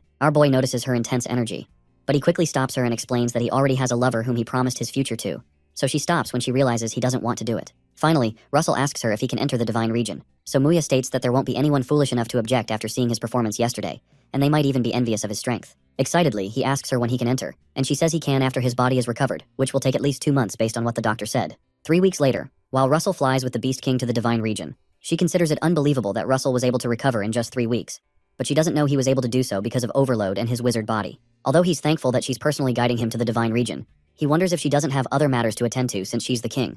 But Muya explains that the human concept of a king is different from theirs. When they approach the divine region, she signals to him to go to the bottom of the precipice and stay just above the water. Eventually, he spots a hole, and she asks him to go into it. Russell considers it surprising that there's such a space in a cave. When they get inside, she points to a water flow in the cave and explains that it is what makes the lakes inside and outside the region. The water comes from the divine region, and to enter the divine region, he must climb the river that's made from that water. She decides to stay back and let him have a go at it. When he climbs the river, he finally finds the divine region, the sacred land where the god of the beastmen resides. As he crosses the huge river, he realizes it looks pretty normal until he reaches a point where the river has two colors. The mission given to him was to climb to the end of the river of flames, so he keeps heading toward the end. It turns out that the source of the river is a volcano, but the map had said there's something in this area. When he notices a bubble coming out of the water, he realizes it would be too easy to find what he's looking for here.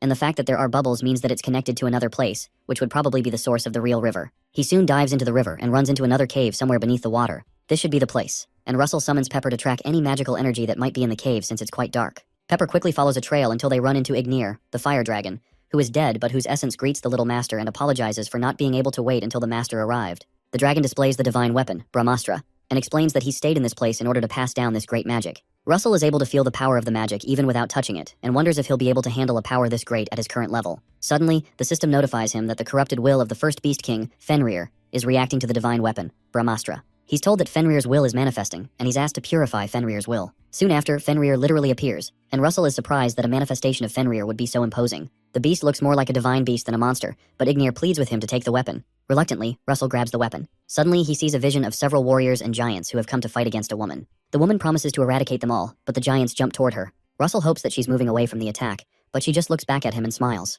As he wonders if she can see him, he recognizes the scales and horns on her head that seem to form a crown. Finally, he understands that the woman is the divine dragon king. Meanwhile, while fighting the giants, she creates Brahmastra, a new divine weapon with the power to kill even a god, and explains that this is to guide him in his future to become a torch. United with the spirit of the divine dragon king, Russell, in the present, throws the Brahmastra at the will of Fenrir, and is surprised that it defeats it in one hit. The power of the weapon is around 8 or 9 circles. Suddenly, as Fenrir's will is purified, a man appears and introduces himself as the one who inherited the blood of a dragon, hoping to make a request of the great master of dragons, referring to Russell. The man hands him something and asks him to pass it on to his children, and Russell recognizes it as the treasure of the beastmen and what binds them. The man hopes that Russell will remove the shackles that bind them. Soon after, the system notifies our boy that Fenrir's corrupted will manifestation has been purified, and he'll be given Brahmastra as a reward. As the weapon moves towards him, our boy can't handle the intense fire energy, and it feels like the mana veins throughout his body are burning. With his level of understanding of the fire element, he shouldn't be in this much pain. However, the things that are stimulating his mana veins are high-level magic and formulas that are almost at the 9th circle. As it courses through his body, he realizes that his brain will explode if he doesn't understand or control it properly. Shortly after, the system notifies him that Brahmastra has expanded his brain, and his understanding of Brahmastra has increased. Soon after, Brahmastra starts reconstructing his brain, and he finally collapses when the process ends. Pepper quickly runs to his side in tears, afraid that he's dead. However, the divine dragon tells him not to worry, because Russell only fainted from fatigue and will wake up soon. The divine dragon king explains that her child, Ignir, was supposed to serve him but hasn't been able to due to fate, so she asks Pepper if he will inherit his power. When Pepper looks worried, the divine dragon explains that there's no need to be surprised because he's part dragon and part spirit, so he's more than capable of inheriting this. Suddenly, the power is released in the form of an egg, and the divine dragon hopes that Pepper will become the new fire dragon and journey with Russell. The divine dragon also expresses that she hopes he'll continue the bloodline of the dragons. Shortly after, Russell wakes up and notices Pepper eating something edible. Russell doesn't know what's going on, but the system soon informs him that Pepper has inherited the spirit of the fire dragon. Pepper's soon envelopes him, and the system explains that a lot of time will be needed for Pepper to digest the absorbed power and become a second-generation dragon. Shortly after, Pepper enters into a state of slumber and collapses to the ground. Russell quickly carries him out, worried that he hadn't played with Pepper more often before he had fallen into this state of slumber, unsure of what will become of her. When he gets outside, he meets Muya,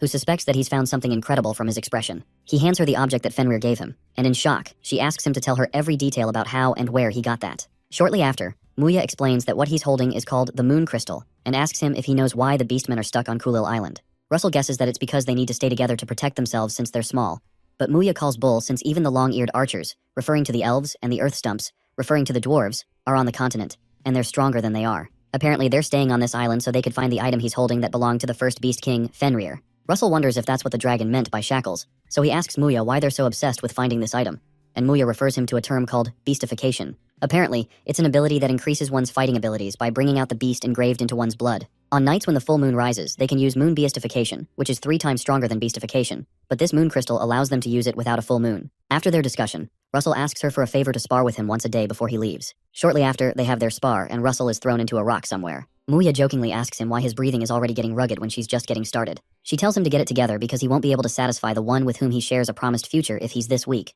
so he quickly gets up for his next move. He casts an original construct, proclaiming that he's still full of energy and firing 5 gay bulg spears at her in a move called the Magic Spear of Death. Muya loves his energy as she blocks the 5 spears that soon explode massively. After the smoke clears, Russell realizes that Muya is a total monster, and wonders if it's impossible to fight against her without using draconification. Soon after, Muya approaches him and asks if he's already done, suggesting that he transforms like he did before. However, Russell explains that he's training to practice his basics, which would be pointless if he used draconification, but Muya doesn't care since it isn't any fun for her. Suddenly, she tells the human male, referring to Russell, that she would like to request that he become their bridge to the world, since she's going to leave the island with the beastmen within the next few years, as they've found the crystal moon. Russell doesn't understand exactly what she's asking him to do, because he doesn't have the authority to give them a part of the Endymion territory, but she angrily clarifies that she only wants a small piece of the land that would be sufficient for them to live in. Upon realizing something, Russell excitedly asks the Beast King if she plans to join Endymion, which she affirms, even stating that she's willing to bow to his king and proposing to help them during territorial conflicts and wars too.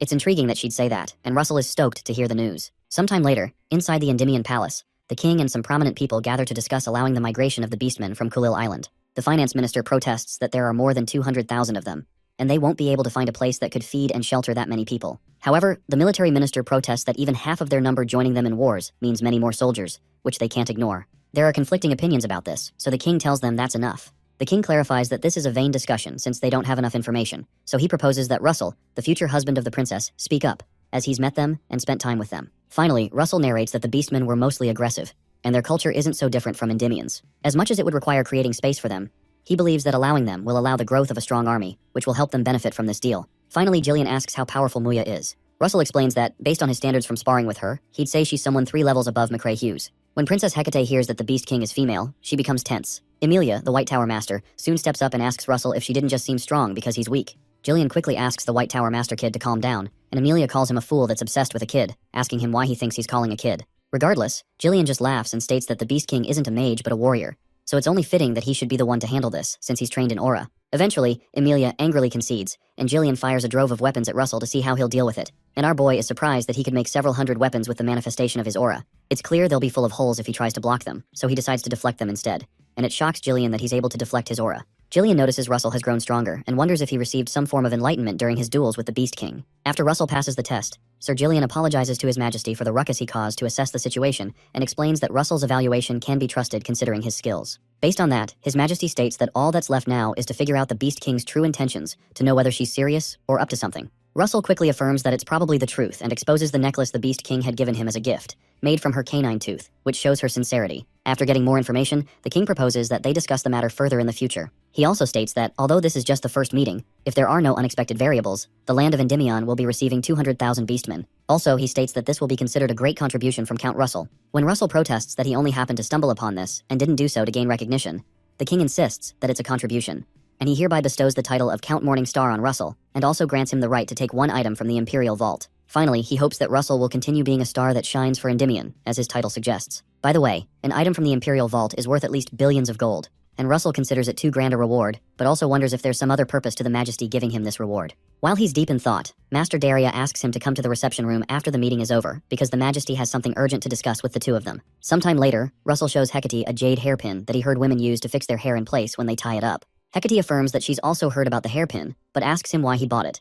And our boy confesses that he thought it would look nice on her. She also confesses that hearing those words makes her feel happier than the gift, so he helps her put it on. While he's doing it, Hecate reminds him that he mentioned that the Beast King is female, and asks what kind of relationship he has with her. Our boy stutters and drops the hairpin, then explains that he simply dueled with her, as he explained before. Hecate picks up the hairpin and says, "That's strange because that doesn't explain why she gave him a necklace made from her canine tooth." Russell becomes afraid as Hecate corners him with the hairpin, and he realizes he's screwed. Sometime later, when Russell manages to get free, he realizes he wasn't expecting Hecate to get jealous. Her reaction makes him feel slightly wronged but happy at the same time, and he was only lucky that the king came at the nick of time. The king had shared shocking information about how he's been looking at the reports about the Raymond household for a while, and has discovered that the report claiming the territory of the Raymond household was returned to the National Treasury was falsified. It's more accurate to say that it was taken back, and that's what drove Russell out of his territory. The king apologizes for his negligence and vows to apologize to him and his household, but Russell begs His Majesty to raise his head. Suddenly, our boy recalls how Hughes had tagged him a fool for thinking it was the Empire that killed his father. If the report document submitted to the king was manipulated, then that means someone in Endymion is the culprit behind his father's death.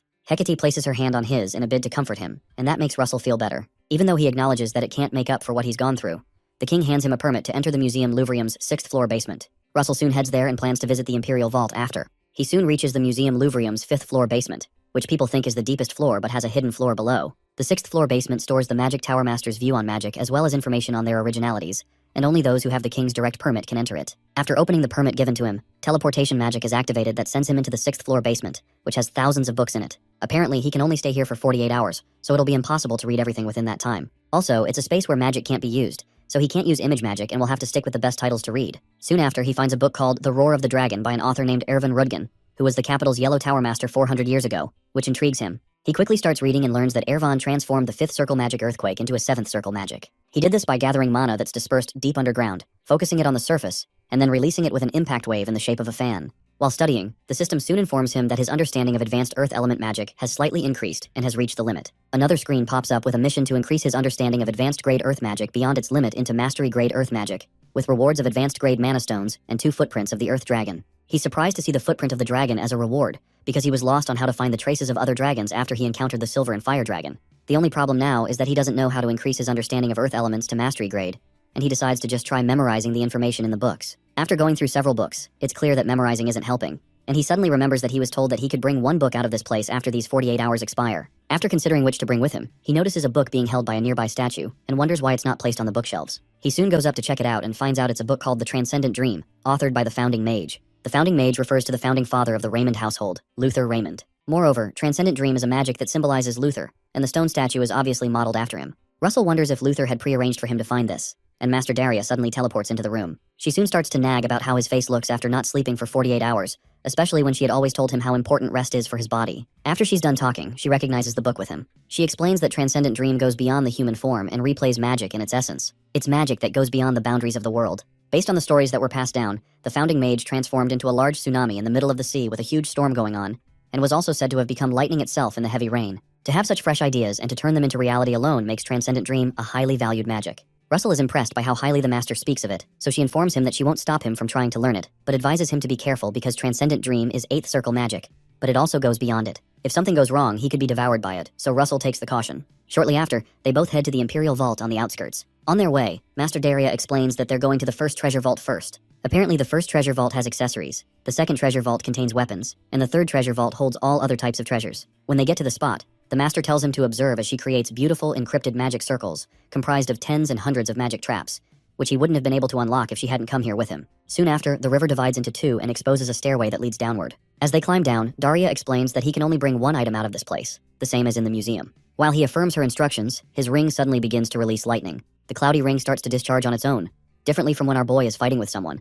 and it feels as if it just met a longtime friend that it has missed very much. Miss Daria explains that it seems that the other half of his ring lies in the vault, which would mean it's a 2-part artifact. Artifacts are usually single items that fulfill their own function, but there are artifacts that exist that require another half for it to display its full power, just like his golden mask. Also, most of the mission rewards that he's gotten that are artifacts related to dragons seem to have another half. Suddenly, the ring shines a streak of light to show where the other half could be, and Russell wonders what artifact could make the ring so desperate. When they follow the trail, they find an artifact known as the Jade of Clouds, which has the special ability to control the weather. Apparently, there are less than 10 mages on the continent that can control the weather, because climates are very difficult to control and learn. Master Daria explains that climate control is definitely a big advantage, but carries a great risk of factors like great mana consumption and long casting time. However, because he had felt a similar pull when he held Brahmastra, Russell chooses the Jade of Clouds, even though something might be better to choose in terms of efficiency. Once he picks up the artifact, it suddenly disintegrates and is absorbed by the ring. Soon after, the system informs him that he has obtained a wing fragment of the Cloud Dragon. Apparently, the Cloud Dragon controls the climate and the clouds and is a mutant lightning dragon that is born with very rare abilities.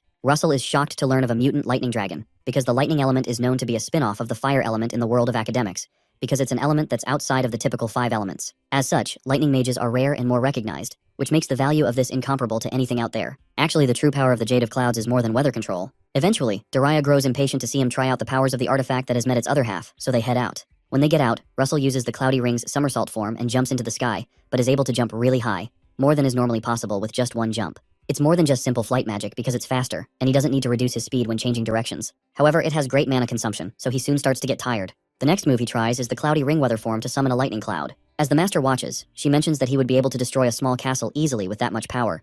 But when he suddenly passes out in midair and falls into the water, she realizes he doesn't have enough mana for that. Sometime later, Russell finally wakes up and heads to the Mage Academy Society. Everywhere hurts, so he decides he'll only use the Cloudy Ring when necessary for the time being, as he prepares to carry on with his mission to increase the limit of his advanced Earth-grade magic into mastery-grade Earth magic. Since the Yellow Tower is the most well-versed place in Endymion when it comes to Earth magic, he starts by looking for 6th circle mages and above of the Yellow Tower. Soon after, he finds the perfect person and quickly goes to see him. He soon reaches the office of Elder Spiegelman and apologizes for not coming to visit often, but the Elder replies that it's fine. The Elder detects that he's now a 6th Circle Mage, when he was just a 5th Circle Mage during their mission in the Temple of Mirrors. Soon after, Russell explains that he wants to get advice about earth magic that he read about in the 6th floor basement, and Spiegelman is glad to help him with it. Later at night, at his house, the Archduke writes a letter to inform an ally about how they've won a lot of people over, and the weapon manufacturing is also proceeding smoothly. Apparently, they won't need to worry about the military provisions either, and all that's left is to wait for the right time, and the Endymion throne will become his. Shortly after, he gets an unexpected visitor who apologizes for visiting at a late time. From the person's green eyes, the Archduke suspects that it's Karen,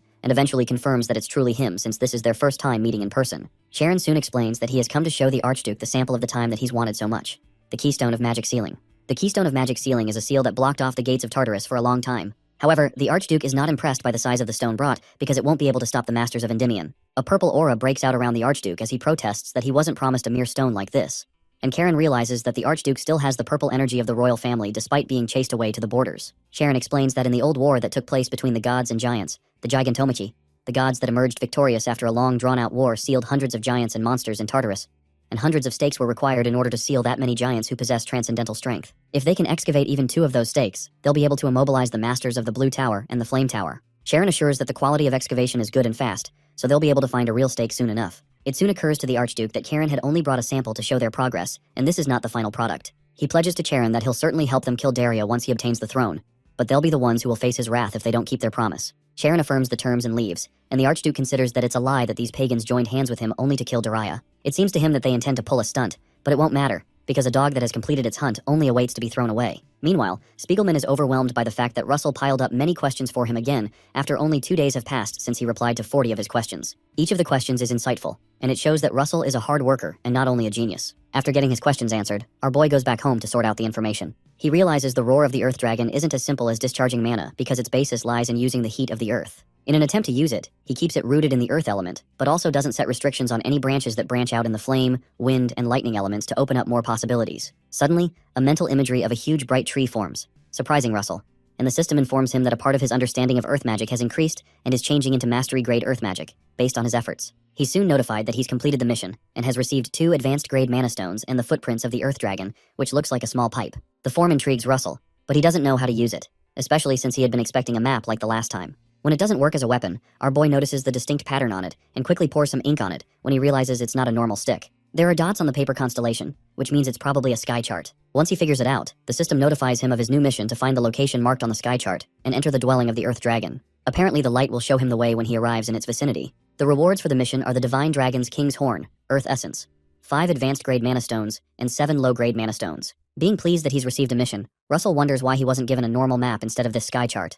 But it seems he'll only find out after he arrives at the dwelling of the dragon. The next task is to figure out the location, so he uses the North Star as a reference and identifies the place as the Nadia Desert. Shortly after, Hecate learns from Daria that Russell has requested to conduct overseas research again. When he apologizes that he has to go, she explains that she's not a narrow-minded woman who can't understand what her man will do on the outside, but she's simply concerned about him. However, she asks him to be considerate enough to send updates about himself periodically, which he promises to do, and pecks her on the face. As he's about to leave, she protests that won't be enough. Sometime later, our boy is in the desert under the strong sun, and he's glad he joined the merchants like Hecate suggested. He finally understands that the location was shown through a sky chart and not a map because every time the wind blows, the location and height of the sand change. While they're moving, one of the merchants offers him a robe if he's feeling hot because it helps cool the body, even though it's long, but Russell politely declines. He suddenly feels a tremor that didn't come from the surface of the sand, which makes it seem as if something huge is swimming underground. Suddenly, a huge monster known as Korko emerges, and the merchants quickly spread out to save their lives since they'll die if they fight it. Russell, on the other hand, just watches it, and the merchant woman urges him to run quickly, but he only asks her to stay by his side so she'll be safe. In Russell's mind, this is the perfect opportunity to test out his new magic, which he learned from the 6th floor basement from a material by a guy called Engale Gloman, who had written it 200 years ago. He quickly summons a fiery whirlwind using a technique known as the Desert Flower. As the Desert Flower encircles the Korko, it burns it until it's destroyed, and the merchants are shocked, wondering who the mage that helped them is. Suddenly, the poison from the dead Korko's blood hits the camel Russell was using, so he quickly drowns the camel with quicksand before it infects them. After he manages to resolve the situation, the woman who had spoken to him earlier approaches him and introduces herself as Anne Mashrin of the Kurtberth Merchant Association, thanking him for saving them. Russell introduces himself as Richard and asks her for a camel when she offers that he ask anything he desires so she can pay him for his help. Since he's heading in a different direction, he'll have to split up there, so he'll need the camel for his journey. Late at night, Russell notices a constellation in the sky, and his sky chart suddenly releases a bright streak of light that guides him towards a specific place. He quickly jumps off the camel and follows the light to where it stops, but all he can see around the area is sand. Suddenly realizing it might be underground, he plunges into the ground and digs his way through using a magic technique. Eventually, he digs past all the sand and reaches a room with a marble floor. Since it's dark, our boy summons Pepper to create some fire, but he soon recalls that Pepper is still asleep and begins to wonder when he'll be able to meet his friend again. In any case, he seems to have found the right place, but he soon runs into some scorpion-like monsters. Nonetheless, he's more worried about the ruins collapsing than the monsters. The ruin is quite large and has a lot of monsters despite being deep underground. Shortly after, he starts tearing through each monster until he reaches a place that he suspects to be the deepest area, since there's no path ahead. He soon runs into a warp gate but can't figure out how to activate it. When he reaches the top of the door, he suddenly notices a small hole and realizes that's the reason the sky chart wasn't in the form of a map this time around. After he puts the sky chart into the hole, a bright light bursts out as the door opens, leading him into another deserted area that makes it look like he came out of the ruins. However, the area feels a little different from the desert he passed by. When he's suddenly given a compass with only one needle, a screen pops up to inform him that this space is a daydream created for the sake of testing a certain person, and his mission is to arrive at the end of this place using the compass. He won't be able to use any mobility magic while in the air, but will receive the Divine Dragon King's horn, Earth Essence, as well as several mana stones as rewards. Russell realizes that this place is the inside of a certain someone's dream, but something feels out of place. Regardless, he decides to follow the direction of the compass until it leads him into a volcanic area, oozing with magma. When the arrow doesn't change, Russell decides to break through it regardless, since nothing comes easy. Sometime later, while in the dream, Russell is caught in a sea of fire after just escaping from a sandstorm and a snowstorm. Regardless, he finds it amazing that all of the things he's seeing were made of magic, so he decides to read the mana, understand it, reverse engineer it, and dismantle it. The previous tests seem to have been testing if he is worthy, and this one feels like a test of his qualities as a mage. Shortly after, the system notifies him that he's completed the mission and is now entering the dwelling of the Earth Dragon to retrieve the Divine Dragon King's horn. When he enters, he realizes it's the same place where he discovered the door, but the door seems to have disappeared along with the warp. Suddenly, the Earth Horn appears, and Russell wonders how much mana he'll get from absorbing it. When he touches it, something goes wrong, as it seems the absorbed mana is blocking his mana vein. If it blocks his mana vein completely, he won't be able to do anything about it, so he needs to guide the mana into the circle quickly. After he completely absorbs the mana, his body burns a bright yellow, and the system informs him that he has absorbed the maximum amount of mana from the Earth Horn, and any mana absorbed beyond the maximum capacity will be kept as dormant potential. He's also told that the dormant potential will be of great help once awakened, and mastery-grade knowledge of the earth element has increased very slightly. As some shells fall from his body, he wonders if his body waste is coming out like dead skin cells, and somehow his muscles and bones seem to have gotten stronger. His grip strength seems to have gotten stronger, and he wonders if he'll be similar to Spandam. Nonetheless, he quickly leaves the place and heads to a warp gate in the Yellow Tower near the place. Upon reaching the Yellow Tower, our boy is given an order that came from the Kingdom and the Flame Tower Master to subjugate the Hydra in the swamp of Raquel County. From the memory of the past, he recalls that a Hydra appeared around this time in the western part of the kingdom, and the person who was supposed to receive this mission was Vermilion, but he's getting it because history has changed. He actually traveled 8 years back, and 7 years have passed, so he only knows less than a year of the future now. As he goes through the order, he notices that Sir Alan is among the list of supporting mages, but also notices that he's still at the 5th circle. He had thought that he'd be a 6th circle since he achieved the 5th circle earlier in the past. Meanwhile, Alan and some mages who had received the king's order to subjugate the Hydra go pay their respects to Count Raquel, who is excited that the genius mage acknowledged by the Blue Tower has come to help them. Alan explains that he's simply supporting Count Russell Raymond, who is leading this subjugation and whom the Count has heard many things about. Alan soon asks the Count if he knows where the nest of the Hydra is, and the Count informs them that the Hydra has set up its nest in the swamp area beyond the plain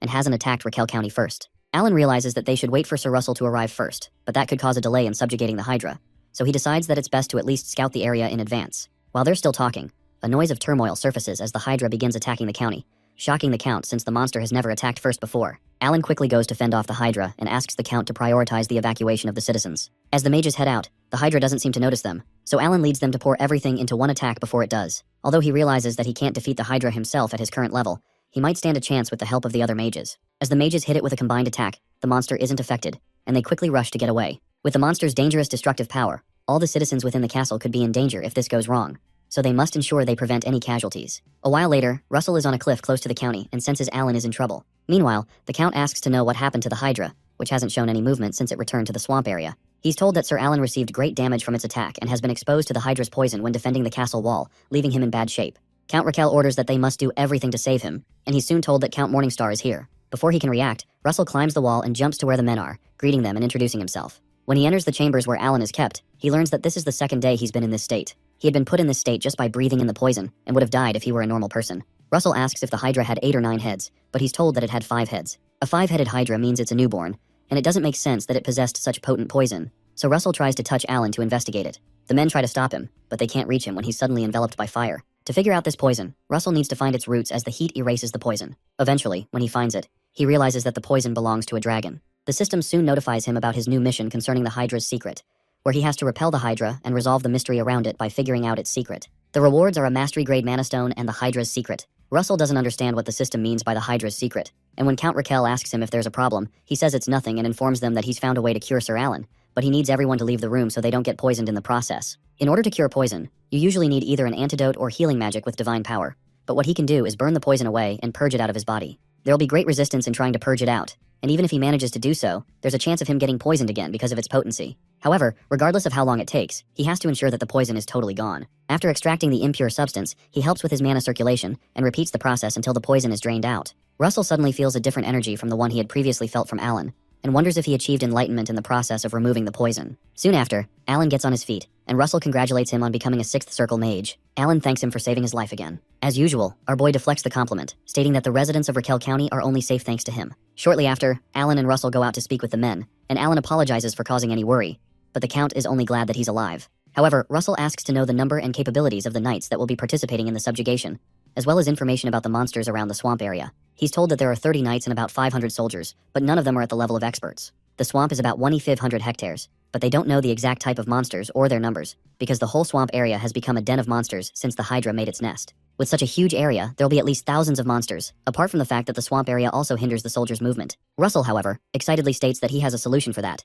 but he needs the Count's help to ensure that preparations are made so they can depart in 3 days. 3 days later, the captain of the army reminds them that their country was covered in golden light and peace last autumn, but they can no longer have that because of the invasion of the Hydra. The men become pumped up to fight the one that stole their peace. After their spirits are raised, Russell explains how the subjugation will proceed. First of all, the knights will be divided into 2 groups, and are to protect the 3rd and 4th Circle Mages while providing support from the rear by stopping the monsters from escaping. On top of that, they'll work with the 5th Circle Mages and above to pave a way through the monsters. When one of the soldiers asks if there's a way to deal with the monsters in the front since they can't move through, Russell assures them that they don't need to be concerned about that. When they eventually reach the swampy area full of monsters, the monsters see the light and cross to the other side when Russell uses his Falling Sun original construct. The entire swamp is soon enveloped in fire, and the soldiers watch incredulously as our boy handles all the beasts so easily, witnessing the power of a 6th Circle Mage. Russell requests that Sir Alan handle the next horde of monsters, and Alan explains that he can't freeze a group that large at once, but he'll do his best since it's a request from his employer. Alan soon uses the spell he used to fight Russell before called Ice Age, and it easily freezes the monsters, turning them into ice statues. Immediately after, the army is led to move forward on the ice as a foothold, and they begin to cut down the frozen monsters. While they're cutting, one of the officers is picked up by a huge monster and tossed around, but the monster is soon subdued. Russell notices that the number of monsters isn't decreasing, but he can't use an area-wide spell so he doesn't wipe out their allies. Eventually, he focuses on taking down the Hydra and rushes into the forest to find it. On his way, he detects the proximity of the Hydra by some tremors, and detects that it's coming from the side. Shortly after, the Hydra ambushes some of the soldiers, and they become afraid because of how far away it is and its size. Suddenly, Alan creates an ice wall between the soldiers and the Hydra, but it breaks through it and lunges toward them. Alan cranks up the cold and uses a move called Frost Stop, so Russell decides to take advantage of the situation to attack. Suddenly, he senses the Hydra's thoughts because of its dragon part, and realizes it's going berserk to avenge its slain mother. Nearby, a strange man who also has the eye of a dragon watches from a nearby cliff as Russell tries to use the draconic control power to control the Hydra, but it doesn't work. The Hydra doesn't even flinch, and it's as if Russell never tried to control it. So it seems like something is blocking his control before it reaches the Hydra. Eventually, Russell is left with no choice but to crush it by raining down fire upon it, as well as using the Lightning Ring's strongest 5th Circle spell Thunder Giant's Hammer into a single move called Karavnos. The entire display is amazing to Alan, who realizes that there's still a big difference between Russell's power and his, even though he's a fellow 6th Circle Mage. The attack leaves the Hydra badly wounded, but the strange guy watching them fight refuses to end the fight like this, because the dragon blood he shares with the Hydra is far more than that. Suddenly, a bright purple light envelopes the dragon, and the man orders his servant, the Hydra, to rise. As the bright energy hits the Hydra, Russell realizes they're in danger if he allows the Hydra to regenerate itself, so he fires several Gabolg spears at it, resulting in an explosion that badly injures the Hydra further. He decides to strike it once more to put an end to this, but is shocked when a certain black mana oozes out of nowhere. The mana looks similar to what the pagans used to use, but is darker. The familiarity of the mana makes him suspect it's a certain person he knows. Right in their presence, the huge ball of mana covers a vast area in front of them. Meanwhile, the heads of the Hydra revive, and now there's no more head, so it's a 6-headed Hydra now. Russell senses its thoughts to deal with and devour the filthy humans that get in his way of avenging his mother. As the Hydra goes in to attack Russell and Alan, they quickly create a magic shield to protect themselves. Russell quickly asks Alan to evacuate the forces to the rear. The Hydra that Vermilion Olsen defeated in the past had 5 heads, so a 6-headed Hydra means that history has changed due to some sort of interference, which could either be from him or something else. After he blasts it with an attack, it doesn't even leave a scratch on it, and it seems like it was a good idea to have evacuated the soldiers. He decides to use partial draconification, and goes in to strike the monster with his spear while it shoots its venom at him, eventually landing a strike across its neck. Shortly after the strike, the neck starts to join back together at an absurd speed, which means that half-assed attacks would only be a waste of time. He'll need to squeeze out every bit of mana and channel it all into one attack, so he uses a move called the Gabolg Aura Wrap Twain. As he jumps towards the monster, he sustains a cut along his abdomen, so he jumps away to re-strategize. Using the La Mancha method he learned, he uses a move called the Giant Slayer and severely injures the monster. After our boy lands the strike, he senses the monster raining curses on them and claiming to be someone's servant, intending to make them all face their ends on the day his master ascends. Upon hearing that, Russell is certain that someone is behind the appearance of the Hydra. Meanwhile, the strange guy that was controlling the Hydra realizes that the reason he found Russell's power familiar is because he's the Dragon Emperor. After the victory over the Hydra, Raquel County holds a huge celebratory banquet. When Russell notices some women looking in the direction of where he and Sir Alan are, he quickly informs him that he's soon going to be in some trouble. Alan doesn't understand, but when he's soon ambushed by several women who introduce themselves and their families, Alan calls out to Russell, begging him not to leave him. Young mages all have to go through that trouble, but Russell is engaged, so no one would be interested in him. As he recalls that it's been a while since he's contacted his fiancée, he plans to contact her tomorrow. When he senses a strange energy, he looks up and notices the guy who was controlling the Hydra and sees his dragon-like eyes. As the strange man walks out of the door, Russell is intrigued by the sensation he felt from him, so he follows him out and asks him if he's a dragon. The energy he senses from the man is the same one he felt during the fight, and he suspects that this power is what forcefully accelerated the growth of the Hydra. Suddenly the man grows wings and flies off the balcony, declaring that there was a time when he was called that. Russell doesn't even know what he means by that and just stares at him intently. Soon after, the man senses something nearby and proceeds to leave, even though he'd like to continue the conversation, because an intruder has arrived, declaring that they'll meet again soon. After the man flies away, Russell wonders if he was insinuating that he's no longer a dragon since he was once called that. Suddenly, the system notifies him that he's completed his mission to defeat the Hydra and has received 5 supreme magic stones and uncovered the secret and the truth behind the Hydra. That notification makes him confirm that the mystery guy was behind the Hydra, but it doesn't answer why he's doing this. Meanwhile, the strange man appears somewhere else in the country through a portal, and he senses the person he's looking for inside the darkness. When the person ignores him, he grabs him by the neck and pulls him out, making the man cough profusely. He reminds him that he had warned him not to come if he didn't want to die and refers to him as Hypnos, the same Hypnos that had signed a contract with the Archduke. Hypnos, who is now sweating profusely, explains that there isn't much time and asks when he will do what they had agreed upon. But the man finds it absurd that a punk like Hypnos would think he can order him around. This strange man's name is Jillian Register, and he's known as the Fallen Dragon. Hypnos asks him if he's thinking of betraying their partner, but Jillian angrily throws him away, declaring that he's not interested in his schemes, and reminding him that him swearing half of his body to their partner doesn't mean they are his masters. As Hypnos angrily declares that he'll regret this, he quickly escapes, and Jillian wonders if Russell Raymond can really free him from this binding spell. Sometime later, Russell returns to the Guinevere Palace to see the princess, and Hecate is informed that Count Raymond has come to see her. When she orders that they let him in, she happily greets him, and he returns the gesture, but starts to blush when he notices her reading the newspaper with his face on it. She jokes that it's a well-drawn illustration of him, but believes the real thing is better, and her maid playfully agrees. She finally asks him why he had come to see her, so he informs her that he plans to leave the capital for a few days. The news surprises Hecate, who becomes glum because he's always trying to leave, especially when he had just returned recently. Russell quickly clarifies that he's not leaving for a mission, but just wanted to inspect the Raymond County, the 3 towns that the king granted him. When Hecate hears that, she becomes embarrassed and comments that he doesn't need to report it if it's that close.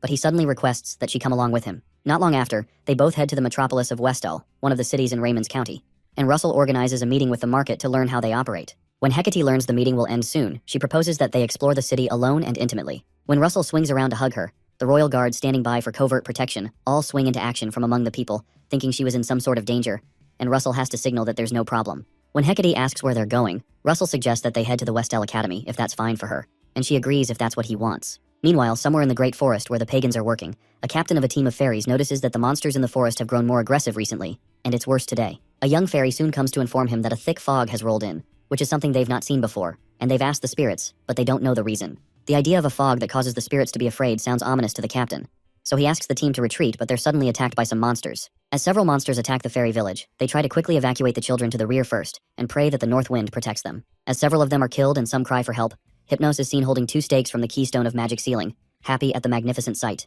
He turns around and is overjoyed by the fact that Tartarus will soon open because the monster horde is only beginning, and the remaining seals won't be enough to hold the barrier. Once they emerge, the one once revered as the god of destruction, the Titans, will arise. When this happens, the entire kingdom of Endymion will be engulfed in flames, and the thought excites Hypnos. Meanwhile, in the metropolis of Westall, Russell realizes that the time when his return to the past began is approaching, and the fragmented knowledge of the future that he held, along with its benefits, is coming to an end. Now, he has to be certain of what he'll do moving forward to navigate an unknown future. When Hecate asks him what he's so deep in thought about, he's surprised and tells her he was merely reflecting on the path he's walked and wondering if he can do well moving forward. Suddenly, Hecate asks him if he knows why His Majesty granted him this city, but Russell hadn't really considered it. Hecate goes on to explain that money and power are important, but the essence of power lies in people. She informs him that His Majesty wishes for Russell's house to rise again, and she'll be by his side if he's afraid of the future. Touched by her words, the couple exchange a kiss, but they're suddenly interrupted by one of the guards, who hastily brings an urgent message from the royal family. When Russell reads the content of the letter, he's shocked to find out that even Tower Master level mages and Master level aura practitioners are to report to the palace immediately.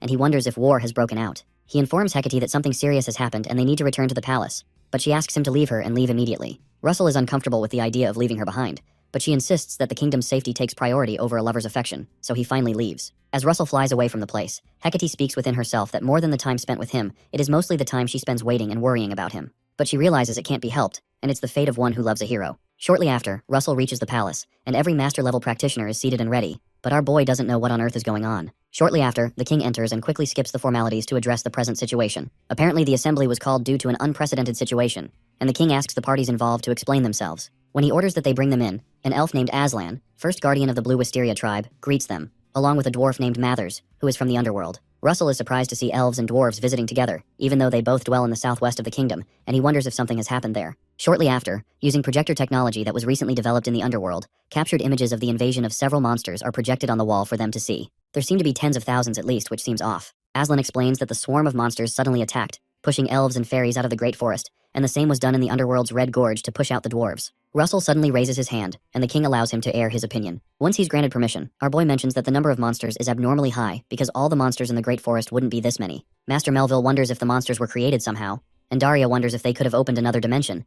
But Amelia notes that the type of monster is also unsettling, because these monsters were supposedly extinct long ago. Suddenly, Aslan and Mathers plead for both the Great Forest and the Underworld and Red Gorge, pleading with the masters of Endymion to save their homes. The king asks them to stand up and declares that the situation is that they don't know how this staggering number of monsters emerged, but leaving them unchecked will undoubtedly lead to catastrophic damage. By the name of the king of Endymion, he commands them to aid the Great Forest and the Underworld, and to ensure not a single monster crosses their borders. When everyone affirms the instruction, Russell realizes that the advantage of coming to the past that he had has ended, so he has to trust in everything he's built and move forward. Shortly after, Miss Daria dispatches her disciples but can't leave because she has to guard the kingdom with the Tower of Spears. They reply that it's fine because they'll wipe them all out, and Miss Daria is confident of their skills, but is worried because the battlefield is a place where even a stray arrow can take one's life. Since their youngest, Russell, is going into battle for the first time, she pleads with him to be careful, but he assures her that he'll be fine, especially since he's experienced battle endlessly in his past life. Suddenly, Daria recalls that a particular child will have surely grown as brave as Russell if he were still alive and slightly trembles. When her disciples notice her trembling, she assures them it's nothing and pleads with her beloved disciples to return safely as they head to the Warp Gate.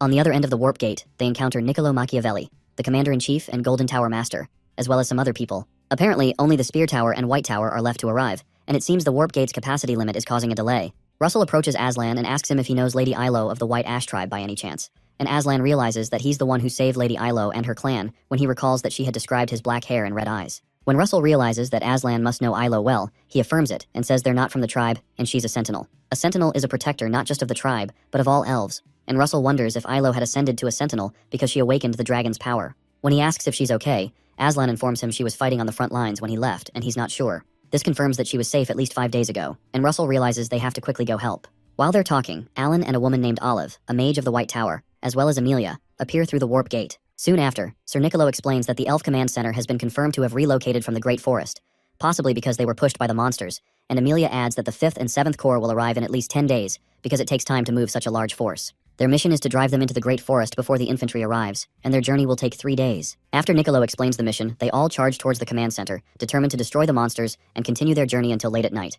While they're still moving, Amelia senses something and orders everyone to stop because she smells blood, and it's getting stronger the more they move. There seems to be a problem since they're still far from the command center, so Niccolo orders them to split up and asks the priests of the Flame Tower to follow him, while the rest bypass the rocky mountain. Olsen leads the men from the Flame Tower behind him, and they notice something over a mountain on their way. When they climb it, they notice a plethora of monsters attacking some folks from the Feather Tribe, who keep dropping rocks on them, and several other elves, who are trying to defend themselves with arrows. Niccolo becomes annoyed by the sight and hits the ground with his legs, releasing hundreds of broken rocks and firing them at the monsters to kill them. Suddenly the wind changes, and it turns out to be Amelia's work, as she uses the wind to carry away about 100 monsters. Russell watches the power of the 4 great tower masters of the capitals in awe. Meanwhile, Olsen tells the others that they can't just stand still and watch even though the masters beat them to it. So Russell excitedly uses his original construct, Fallen Sun, on the poor, confused monsters. When the dwarves and elves that are fighting the monsters see the mages of Endymion, they rejoice because Aslan and Mathers succeeded, and they're saved. Russell looks at the monsters with a menacing look in his eyes, and calmly tells them to die as he drops the Fallen Sun over them, easily creating some monster kebab. Meanwhile, deep in the Great Forest, a mysterious monster with many faces awakens. On the mountain where the mages are, Alan takes down some of the monsters with ice spears, while Master Amelia destroys more with a lightning storm, and Master Niccolo impales several of them with spears from the earth. The issue with a large-scale magic bombardment of this magnitude is that it hasn't been seen in a while, and it will require them to redraw the map because of the power they're releasing on the terrain. However, the number of monsters hasn't decreased, and if scale magic of different natures is concentrated like this, It will eventually harm their allies too, since the boundary between allies and monsters has collapsed. When they realize this, Olsen quickly informs Niccolo and everyone else that from now on, large-scale magic is prohibited, and they now have to engage in full-scale combat. Master Niccolo quickly orders everyone to advance, and Russell realizes that he must use mana efficiently because the fight will now be prolonged, and he has to refrain from using draconification as much as possible.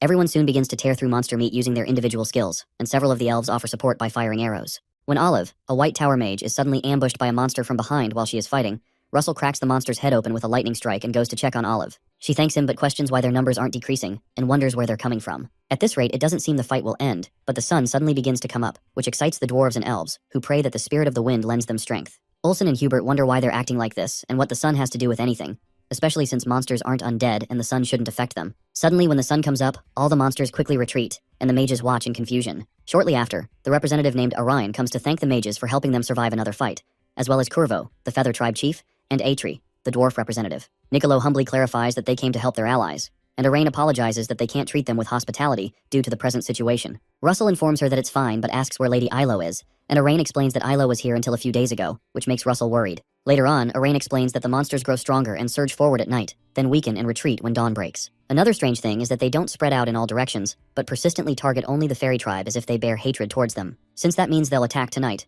Olsen suggests that they attack them first during the day when they're weaker, but Atri explains that it's impossible because their alliance number is just over 1,000, and fewer than half of them are warriors capable of fighting. When Emilia informs Niccolo that they have no choice but to hold out until reinforcements arrive, he agrees and leads them to move the wounded, reorganize the front lines, and reconvene for a strategy meeting. After that, Arain approaches Russell and asks if he's Sir Russell Raymond by any chance. He wonders how she knows him. She quickly introduces herself as Arain, chief of the White Ash tribe and one of the elf manure, and also Elo's mother. Apparently, Elo heard about the isolated fairy tribe and left to save them. Many fairies couldn't join due to a sudden monster attack, and many were scattered during the retreat. Meanwhile, Russell hopes that they stay safe, and Arain assures him that her daughter is strong. Soon after, the others are surprised to learn that Arain is the manure. The manure is the supreme leader of all elf tribes, taking the place of the now non-existent high elves, and it is said there are only 5 in a century. Niccolo is surprised to know he was able to meet the manure of the elves in his lifetime, and Emilia expresses her honor to meet Arain, unsure of what honorific to accord to her. Arain laughs, realizing that Emilia is confused about which honorifics to use because she grew up in the human realm, although an elf. She soon bows to greet Emilia, telling her not to worry about it too much. Immediately after, Niccolo explains the strategy devised in Endymion.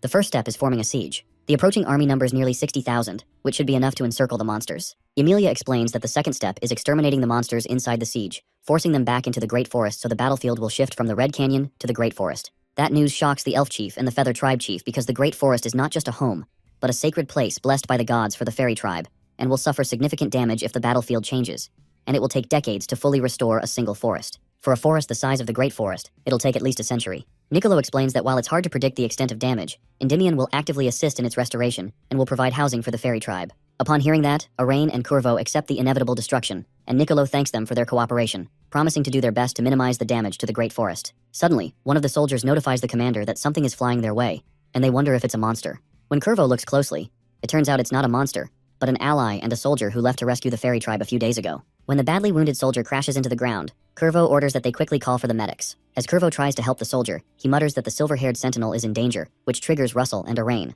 When Niccolo realizes that Russell knows the person that's in danger, he asks him to go out as part of the rescue team. Olsen offers to go with him, and that reassures Russell. Since the White Tower's search magic will be useful, Emilia asks Olive to go with them. Arain also sends Aslan and some elf soldiers with them because she can rely on him, and he promises to bring her back safely. So she prays that the spirit's blessings be with him. The rescue team soon departs, and not long after, Olive detects some movement ahead that looks like a flying monster. Olsen orders her to push through because they'll handle them, and they soon run into hundreds of vulture-like monsters called the Great Rock, which are monsters known to be in the west. The elves quickly go into battle positions, and Russell uses a skill known as Red Lightning and a lightning chain explosion to take down many of them. As Olive advances forward, she realizes she and Russell are both Tower Lord level, but is surprised by their difference in level. As they continue, they notice a loud thud behind them that turns out to be Olsen aiming a huge number of monsters behind them since he can't leave everything to Russell. As the monsters explode violently, Russell excitedly wonders if Olsen is a mage or a martial artist. The level of destruction causes the rest of them to quickly retreat, and Olsen jokes that he must have stood out too much. As they're about to take the rest, Aslan tells them to leave the rest of the monsters to them, and they'll follow after they finish up. Upon hearing that,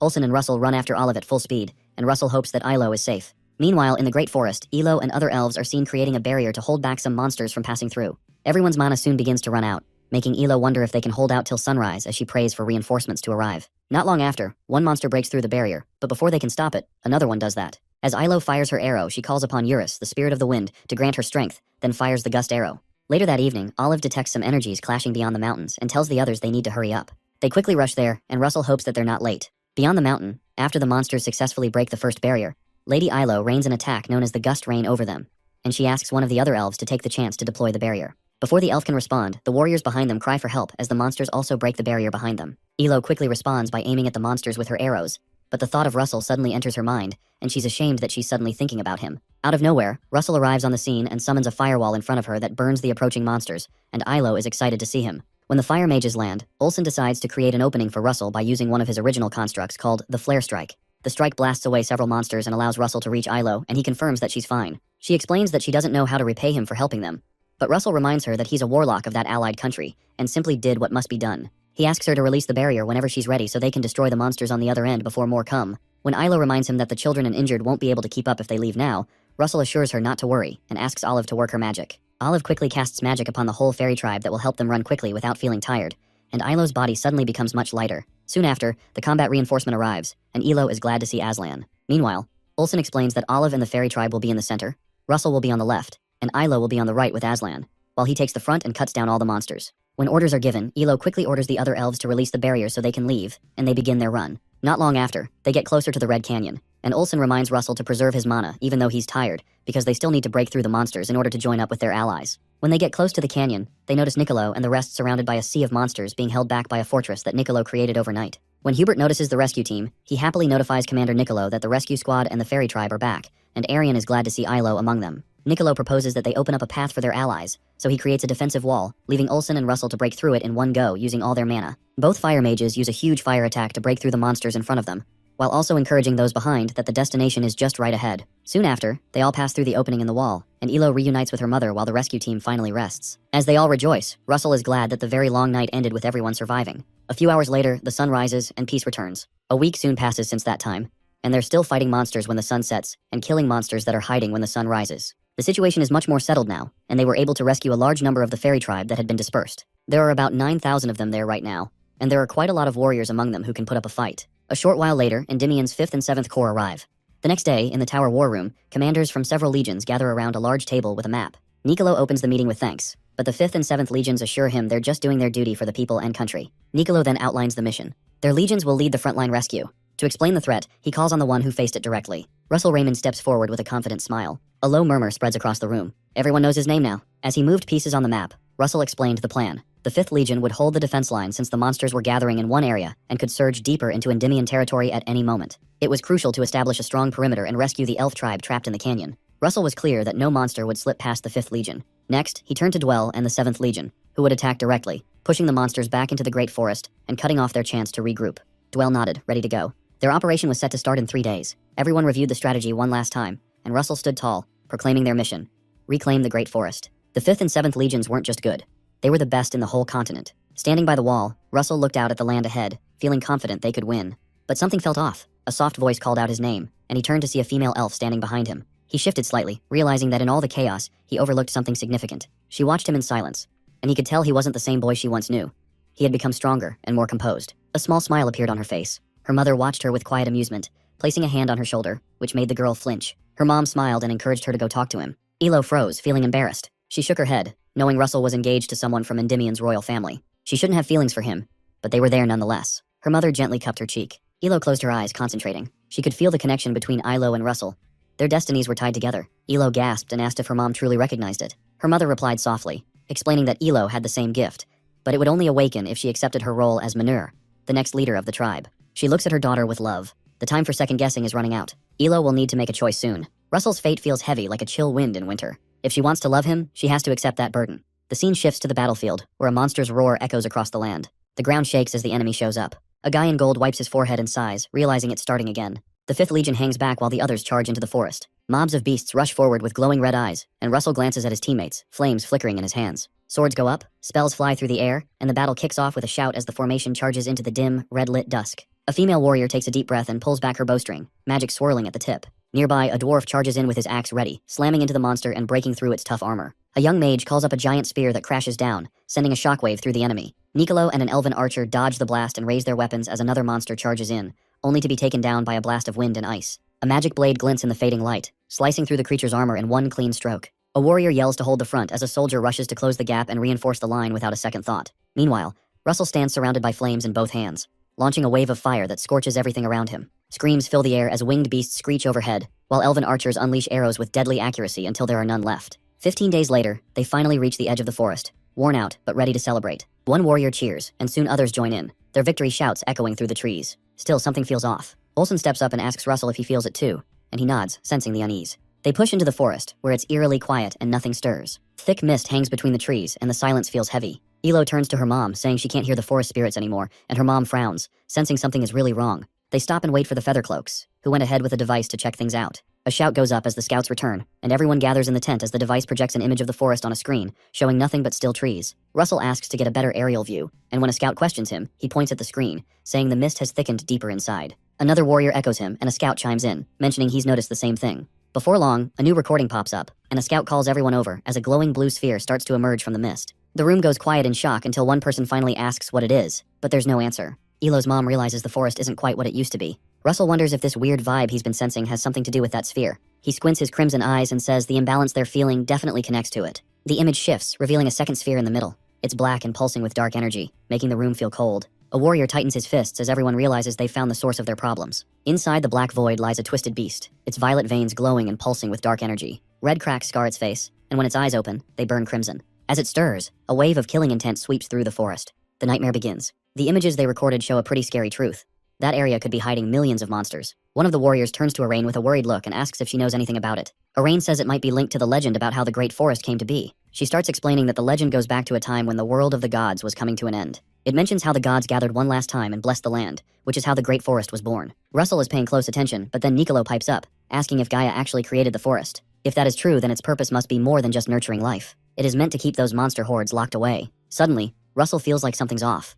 If the gods were still around when Gaia made the Great Forest, why didn't they just wipe out the monsters instead of sealing them away? There's definitely something they're missing. Olsen gets it, and Russell figures that maybe what Gaia is trying to keep hidden isn't the monster horde after all. An elf suggests they get an investigation team out there to confirm the theory, and the commander agrees, giving the order. Meanwhile, the whole squad gets together. Deep in the forest, two scouts are pushing ahead. One of them mutters about how there's no life around, while the other thinks it's weird that the forest is still running but feels off. As they move on, Nicolo holds up a hand, suggesting they take a break. Russell checks in with Ilo, and she gives him a nod, letting him know she's good. But then he notices Arain standing still, eyes closed, with this spark of magic as lights swirl around her. Ilo says she's trying to talk to the forest spirit and mentions that there are tons of spirits beyond just the four elements. Russell adds that lightning, ice, light, and darkness have their own spirits too. Arain then tells them she's going to show them the forest spirit. Suddenly, from a small spot, this energy beams out in swirling waves.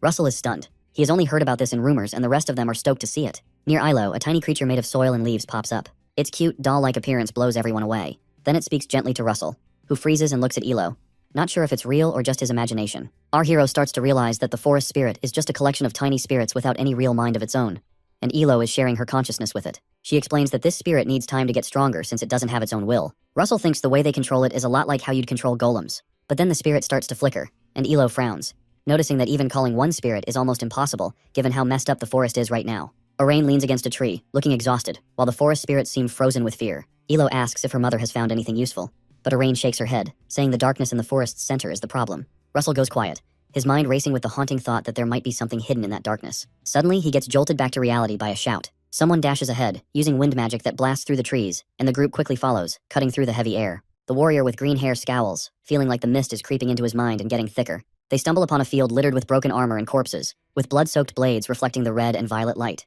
It hits him that the 7th Legion might have been wiped out here without a clue about what was coming for them. In the forest core, a big ball of violet energy floats ominously, and no one says a word as the tension builds. Then, the ground starts to shake as massive stones shift, glowing runes lighting up with an eerie glow. Nicolo realizes these stones are keystones for some magic seals. He wonders who placed them and what they're keeping at bay. Urging everyone to investigate before night falls, he notices the sphere is pulsing violently, and the ground shakes even more. As they search for the source of the tremors, Nicolo figures it's all coming from the darkness itself. But what he doesn't know is that he's standing right above a demon with crimson eyes. Suddenly sensing a dark presence, he yells for everyone to pull back, but it's already too late. With a massive explosion, dark violet energy bursts out, shaking the whole place. A gigantic red hand crashes into the ground, and the arm rises, pulsing with crimson veins and multiple heads. The warriors freeze, horrified. One steps back, shocked, while another stutters in disbelief. They're realizing it's not just the ground, but something living. Nicolo grimly identifies it as Hekon, a remnant of Titanomachia. This forgotten war is resurfacing. Long ago, these titans tried to take over, but dragons sealed them away with a force they couldn't control. Ilo gasps that the demon has been hiding all this time,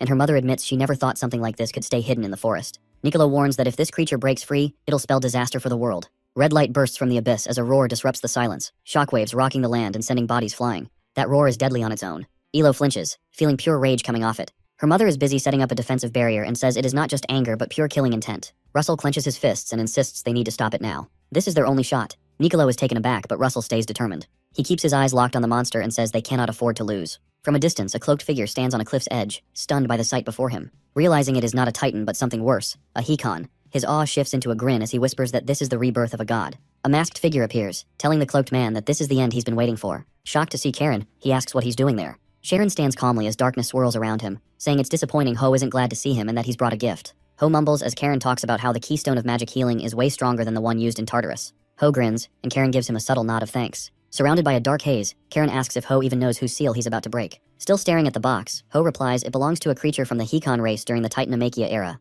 He name-drops Briaros, the vanguard general who once had the gods sweating. The hero's group stands there, frozen in shock, as Ho coldly mentions telling the Fire Witch about her apprentice's deaths. Charon opens a green portal, laughing as he says he can't wait to hear that. But then his tone shifts, and he warns Ho that failing won't just end with his death. The seal cracks and light bursts out. One warrior yells that the seal's broken, while another tells everyone to chill, thinking the creature is still weak. Under the dark sky, Briaros rises, crackling with wild energy. He hasn't regained full power but is still a serious threat. Our guy grips his weapon tightly and insists they have to take him down right now. The White Tower Master lifts her hand, calling forth green energy. Her focus is razor sharp as she channels cosmic power into a beam aimed right at Briaros. The creature turns his glowing eyes and charges. Russell hears a voice in his head.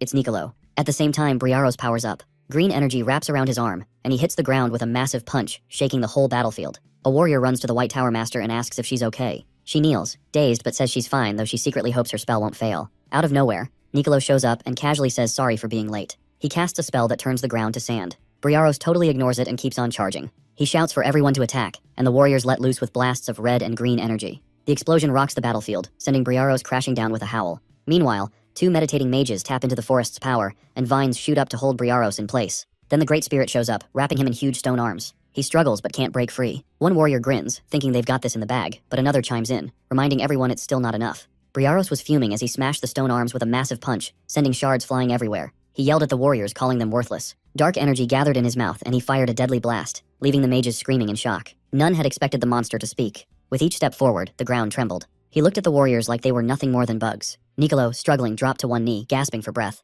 Briaros mocked him, suggesting he clearly wanted to get eaten. With a cruel grin, Briaros vowed to tear everyone apart and enjoy doing it. But Niccolo, calm and collected, looked up and hinted that Briaros might have overlooked something. Suddenly, a massive surge of energy lit up the sky, and Russell's fist crackled with electric power. Niccolo urged him to get ready for their final blow while trying to hold off the beast. Briaros stopped for a moment, considering the black-haired fighter. Russell gathered a spark in his hand, and a powerful lightning bolt crashed down. Niccolo couldn't believe it.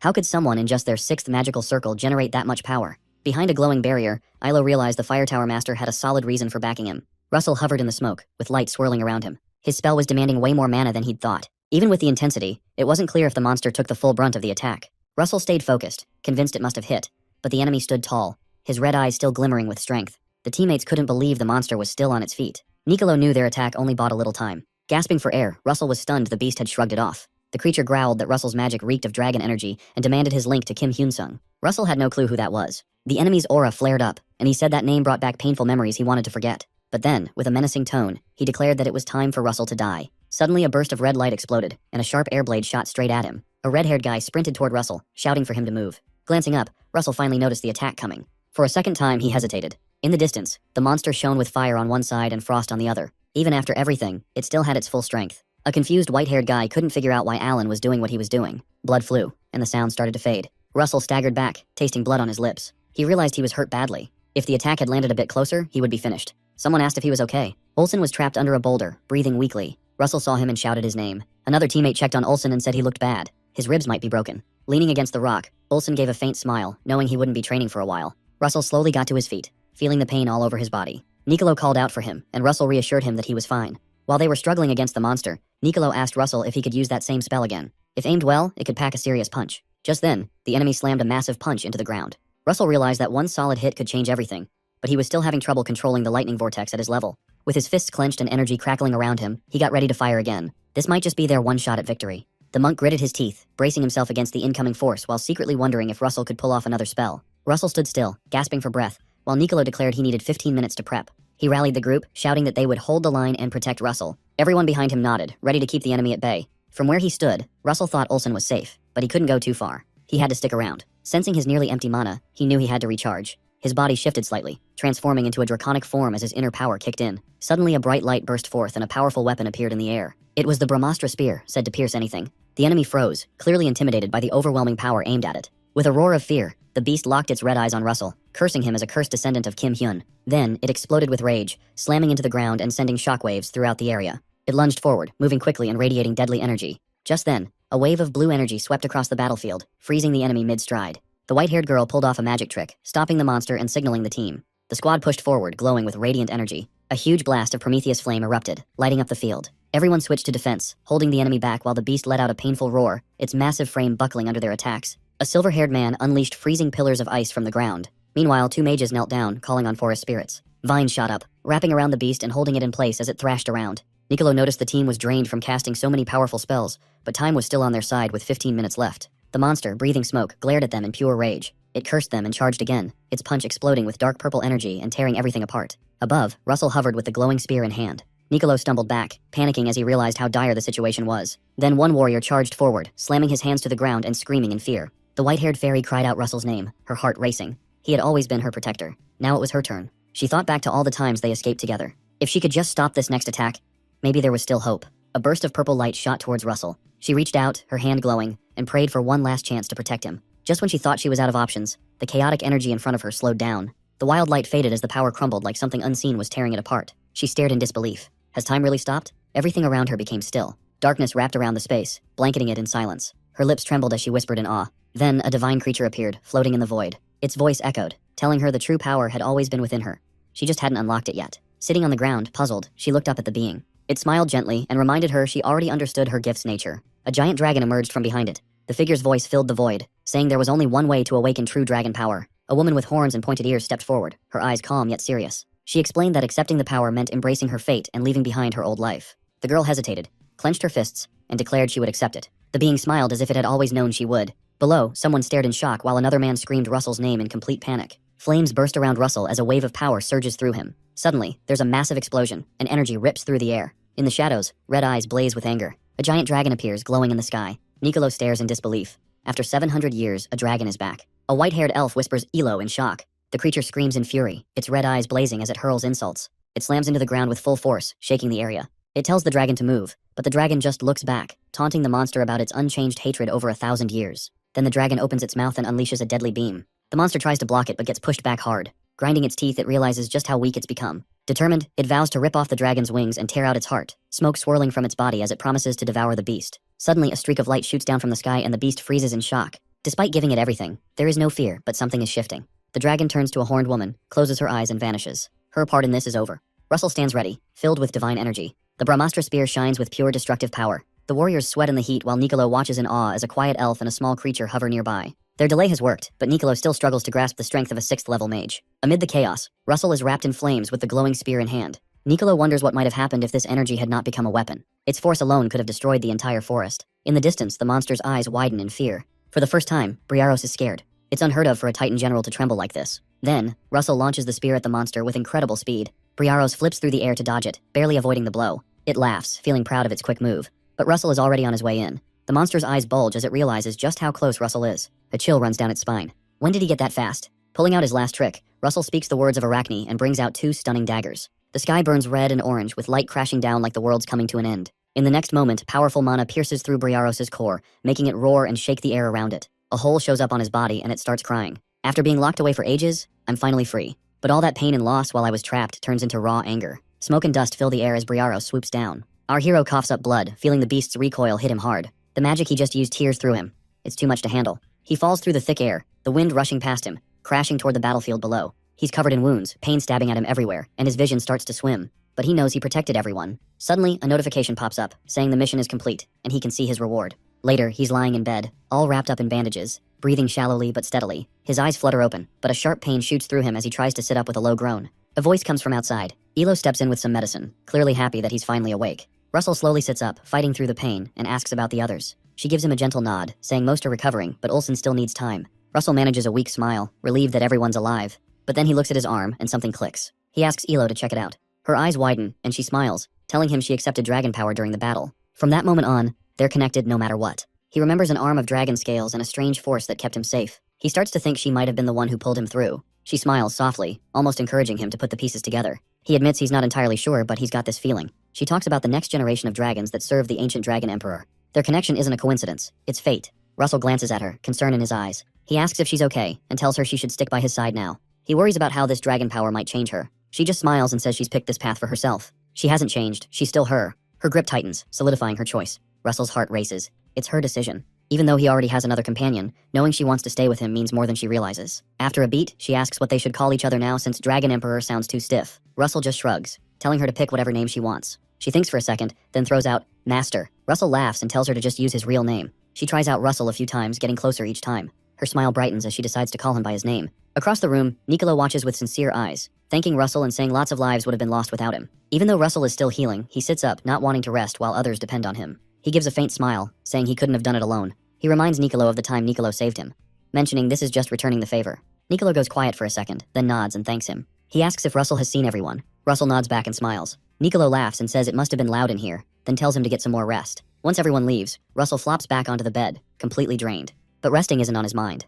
In an instant, he jumps up, eyes burning with determination. It's time to move forward. He grabs the third golden mask he earned after taking down Briaros. This mask helps ground him and boosts his resistance to mind control. Now he's better at resisting dark magic, curses, and illusions. He stares at the three floating masks. One sharpens his attack control, another strengthens his defense, and the third fights off mental manipulation. But he can't wear all three, so he decides to fuse them into one. A wave of pain crashes over him as energy surges through his body. He grits his teeth and pushes through it. Gradually, the masks blend together and go back to their original shape. The system confirms he's nailed the crown of Solomon. It holds the full power of all three. As it shines brightly, the legendary figure of Solomon, the ancient king of mages, appears. Russell is blown away. A relic from a legend stands right in front of him. But then he notices something strange. The crown is way smaller than he thought it would be. As the tiny crowns spin around him, he wonders if they're calling forth relics. One suddenly lights up and shoots towards him. He flinches as a weird sensation washes over him. It's like a second version of himself has shown up. His body flares with a red aura as something powerful stirs within. Now he finds himself in a huge blue void full of glowing symbols. It feels like he's stepped into another realm. A strange calm envelops him as he floats in this magical space.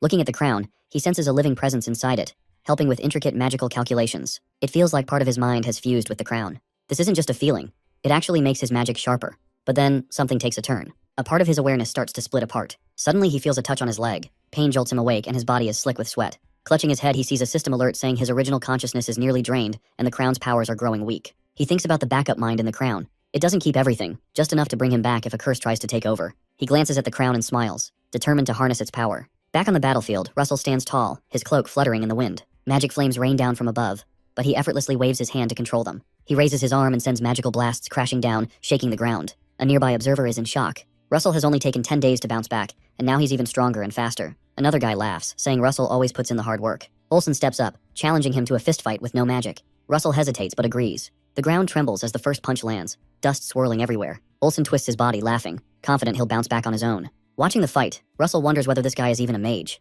Just as the match heats up, a sharp sound cuts through the air. A soldier yells from the tower. Something's happening. Even though most monsters have been taken care of, danger still lurks. Then Russell sees someone soaring through the air. His heart sinks. Knights on horseback charge in as one waves a red flag, clearly a sign of emergency. Olsen frowns and wonders if the Empire is making its move. Niccolo steps forward, his face tense. He announces a national emergency has been declared. Soon after, a flag with a strange symbol pops up. Then Grand Duke Bismarck's icy glare follows. Niccolo confirms that Bismarck has finally shown his true intentions. Olsen slams his hand on the table, asking if Endymion is under attack. The answer is a solid yes. Suddenly flames shoot up into the sky. 5 magic towers, along with the 13th and 21st legions, launch a full-on assault on the capital. A young man clenches his fists with fury burning in his eyes. Blaine's trilogy echoes in his mind. This is the man who destroyed his family. He realizes Blaine is connected to Duke Bismarck. He remembers the past and how his master saved him. Across from him, someone grins knowingly, daring him once more. He freezes in confusion. Why are his master and the guardian of the Blue Tower in the capital? In an instant, both vanish. The group turns, stunned. The old silver-haired man and the battle-worn woman disappear without a trace. Olsen pounds his hand on the table, fuming that all this went down while he was away.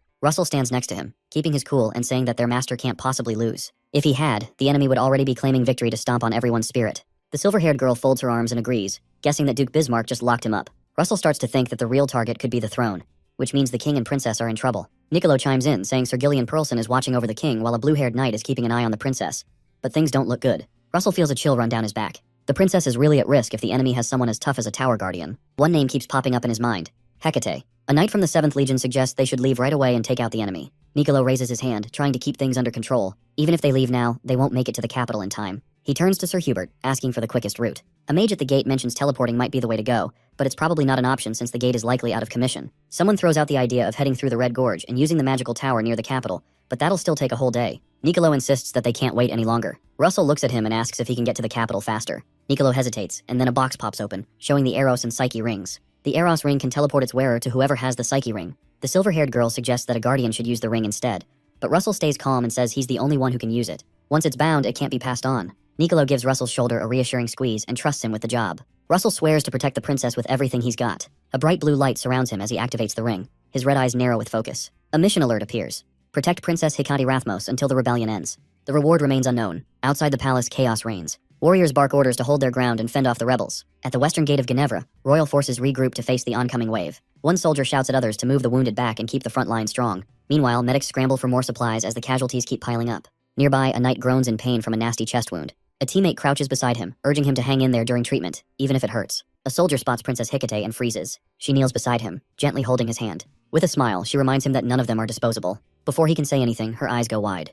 The west gate just came crashing down. People are shouting to make a last stand, even if it cost them their lives. Warriors are gripping their weapons, ready to go down swinging. Then bam! An explosion rips through the battlefield. Fire sweeps over the soldiers, their screams ringing out in the smoke. Out of the flames strolls a lone figure, his red cloak catching the light. He looks around, kind of bored, wondering if he's needed now that the top mages are gone. Behind him stands a quiet crew in red. Arcarium Ergo steps forward, introducing himself as Blaine Trilogy's first disciple and head of the Red Tower cargo. Princess Hecate shoots him a furious glare, cutting off his words. Arcarium smirks, telling her he's not even worth of being called Sir anymore. One of his guys chimes in that only royals get that title. Hecate draws her sword, glowing with purple flames, and calls him unworthy of being a knight. A soldier nearby gasps.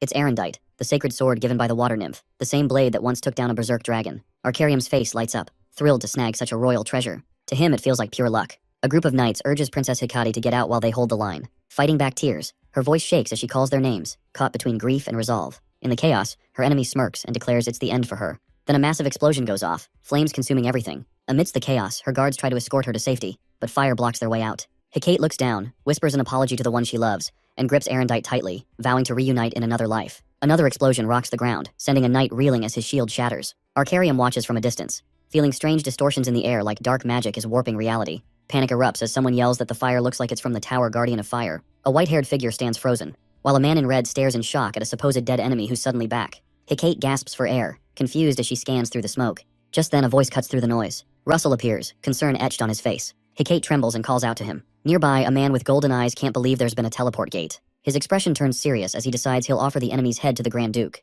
A mocking voice echoes, saying it's been a while. Russell, holding Hecate midair, glares at Arcarium, demanding to know what he's done to their master. Arcarium just smirks, claiming he's not near enough to answer. He gestures to his crew and tells them to capture the princess no matter what. Russell quickly realizes the enemy mages are all on a higher level and shouts for a retreat. An enormous explosion goes off as a mage calls forth fire warriors to incinerate the rebels. Arcarium jumps into action, unleashing a wave of flames, mocking his opponents for their arrogance. Russell rushes forward, determined to draw Arcarium away from Hecate. Blue lightning crackles from his fingertips as he cuts through the flames. Arcarium is caught off guard, and Russell strikes with lightning, breaking through Arcarium's shield and sending him flying. Arcarium groans, cursing Russell for using cheap tactics. He aims back with a massive fire blast, vowing to turn him to ash. But Russell stands his ground, ready to counter the blaze cannon technique. Their powers clash in a fiery explosion that shakes the battlefield. Russell holds steady, amazed at how fast and strong his opponent is. Even though Arcarium isn't superhuman, his rapid casting is dangerous. Russell figures he's skipping the heavy spells to move quicker, which weakens their impact. A grin spreads across his face as he gets ready to strike back. Suddenly, a giant snake made of fire charges forward. Russell's eyes narrow, sweat dripping down his face, but he stays calm. He waves his hand, controlling the flames like a wild beast, sweeping them across the field. Hecate panics, watching Russell fight with growing dread. Far away near a tower, a group of mages is performing a strange ritual. A voice from the shadows mocks them, calling the prize student a failure. Briaros lies motionless on the ground. A cloaked figure steps over Briaros, declaring that his real target is the enemy faction. With crazed eyes, he vows to drown Endymion in flames. In the darkness, a masked voice coldly declares that not only will Endymion fall, but every one of its disciples will be destroyed. The barrier holds up, but the force of the impact is insane. Magic and raw power slam into it like a wrecking ball. Russell glances down at his tattered cloak and mutters a curse. A royal knight rushes in, telling the princess to get out of there. Kate looks back at Russell, her face full of concern. The enemy spots her trying to escape and starts chasing her. Russell just stays calm, confident the knights can handle Arcarium's goons. Suddenly, a guy in a red jacket starts laughing and unleashes a firestorm, challenging anyone to survive it. The explosion shakes the ground, but Russell stands strong inside his magic shield. He knows just playing defense won't cut it. An idea hits him, and he calls forth the magical sword, Gay Bolg, which fires off a deadly energy beam. Flames dance as the red-jacketed man realizes what's coming too late. The blast strikes him hard. Blood sprays from his mouth, and he drops to his knees, stunned by his defeat. Arrogance gets him killed, and our hero can't help but think things might be easier if he weren't so full of himself. In the distance, there's a chaotic fire, and knights are battling sorcerers. He turns toward a glowing doorway and whispers a name. Hecate. Russell steps into the dusty light, but red-cloaked figures block his way. One of them stumbles while another panics. Russell lights a flame in his palm, smirks, and throws a fireball at them. Their screams fill the air as he turns them to ash. With a cold voice, he warns them not to mention their master again. Hecate bursts in, hugging him tightly, tears in her eyes. She cups his face, asking if he's okay. Russell reassures her that he's fine and touches the glowing ring she gave him. He nods, explaining he can't use its power since he's lost his magic. Together, they face a shattered window, wind howling from the palace's direction. Russell tenses but tells her to relax. He trusts Sir Gillian to keep the king safe. Holding her hand, he insists they need to team up. The enemy will back off when they realize Arcarium has fallen. Hecate steps forward and announces her name as Princess Endymion. Calling on the sacred sword Erendite, she summons the king's blessing. Light flares up, and Russell gasps as he feels his strength return. Hecate suddenly collapses. Russell panics and catches her. Erendite has taken her life force to help the others. She whispers that she's given everything she has. He holds her hand tightly as voices around shout her name, honoring her sacrifice. Suddenly, a nasty voice cuts through the cheers, mocking the idea of wasting time on a woman. Russell stands firm with Hecate in his arms, feeling the looming threat. He yells for everyone to get back. A red flash sweeps over the battlefield as a black-cloaked figure raises his hand. His low voice echoes ominously, causing the ground to crack beneath them. A blast destroys nearby buildings, filling the air with fire and ash, scattering broken weapons and armor everywhere. From the smoke, the figure steps out, his cloak billowing as he simply says, "Blaine Blade." That marks the start of a new nightmare. Nearby, a red-cloaked enemy sneers, amused, taunting Russell that it's been way too long. Russell quickly raises a barrier to protect Hecate. He grits his teeth, realizing this enemy is stronger than he expected. From a distance, the foe looks shocked that Russell can stand against such a powerful attack. He mutters in disbelief, finally recognizing that this fight will be a tough one. Russell is panting, trying to wrap his head around how someone could take down a palace in just a few seconds. This enemy is unlike anything he's dealt with before. Blaine Trilogy gives a smirk, noticing that Arcarium is out of the picture and assuming Russell has taken care of him. He mutters that he told Arcarium his arrogance would be the death of him. Hecate steps up, clearly furious. She demands to know why Blaine turned against the kingdom and dragged innocent people into his crazy plans. Her voice shakes with hurt as she accuses him of targeting her all along. Blaine just laughs and mocks her caring nature, even joking that she'd make a decent king. Then, with a smirk, he asks if she's done talking because he still has business with the king. Russell jumps in between them, telling Hecate to back off. He says this guy won't be changed by words. Royal knights come rushing in, calling for the princess. She lets out a relieved smile, reassuring them that the king is safe, and they arrived only after seeing the palace go down. Blaine frowns at the growing number of knights and mutters that this is getting annoying. In the distance, the knights raise their weapons and shout, ready to charge. Suddenly, a massive explosion shakes the ground. Flames erupt as Blaine takes a direct hit, stepping back, stunned. Hanging in the air, he looks down at Russell and asks if he plans to stop him. Russell doesn't say anything, but his eyes give away everything. Blaine laughs, saying he looks like Daria did the last time they had a fight. Then, his tone shifts and he claims Daria is gone for good, stuck in the void. This leaves Russell stunned, making him think about the thin line between the void and darkness. Blaine challenges him to unleash his full power for his master. He then hurls a burning sword at Russell and activates Solomon's crown to block the hit. The fiery blade crashes into the ground, causing a huge explosion. Russell realizes the blade is moving faster than the speed of sound. The blasts shake the whole battlefield, and Blaine is shocked that a level 6 fighter managed to dodge it. Russell figures out he can manipulate time to anticipate Blaine's next move. He can sidestep, but his allies are still in the thick of the fight. If he moves, they'll be left open to attack. So, he decides to stand his ground.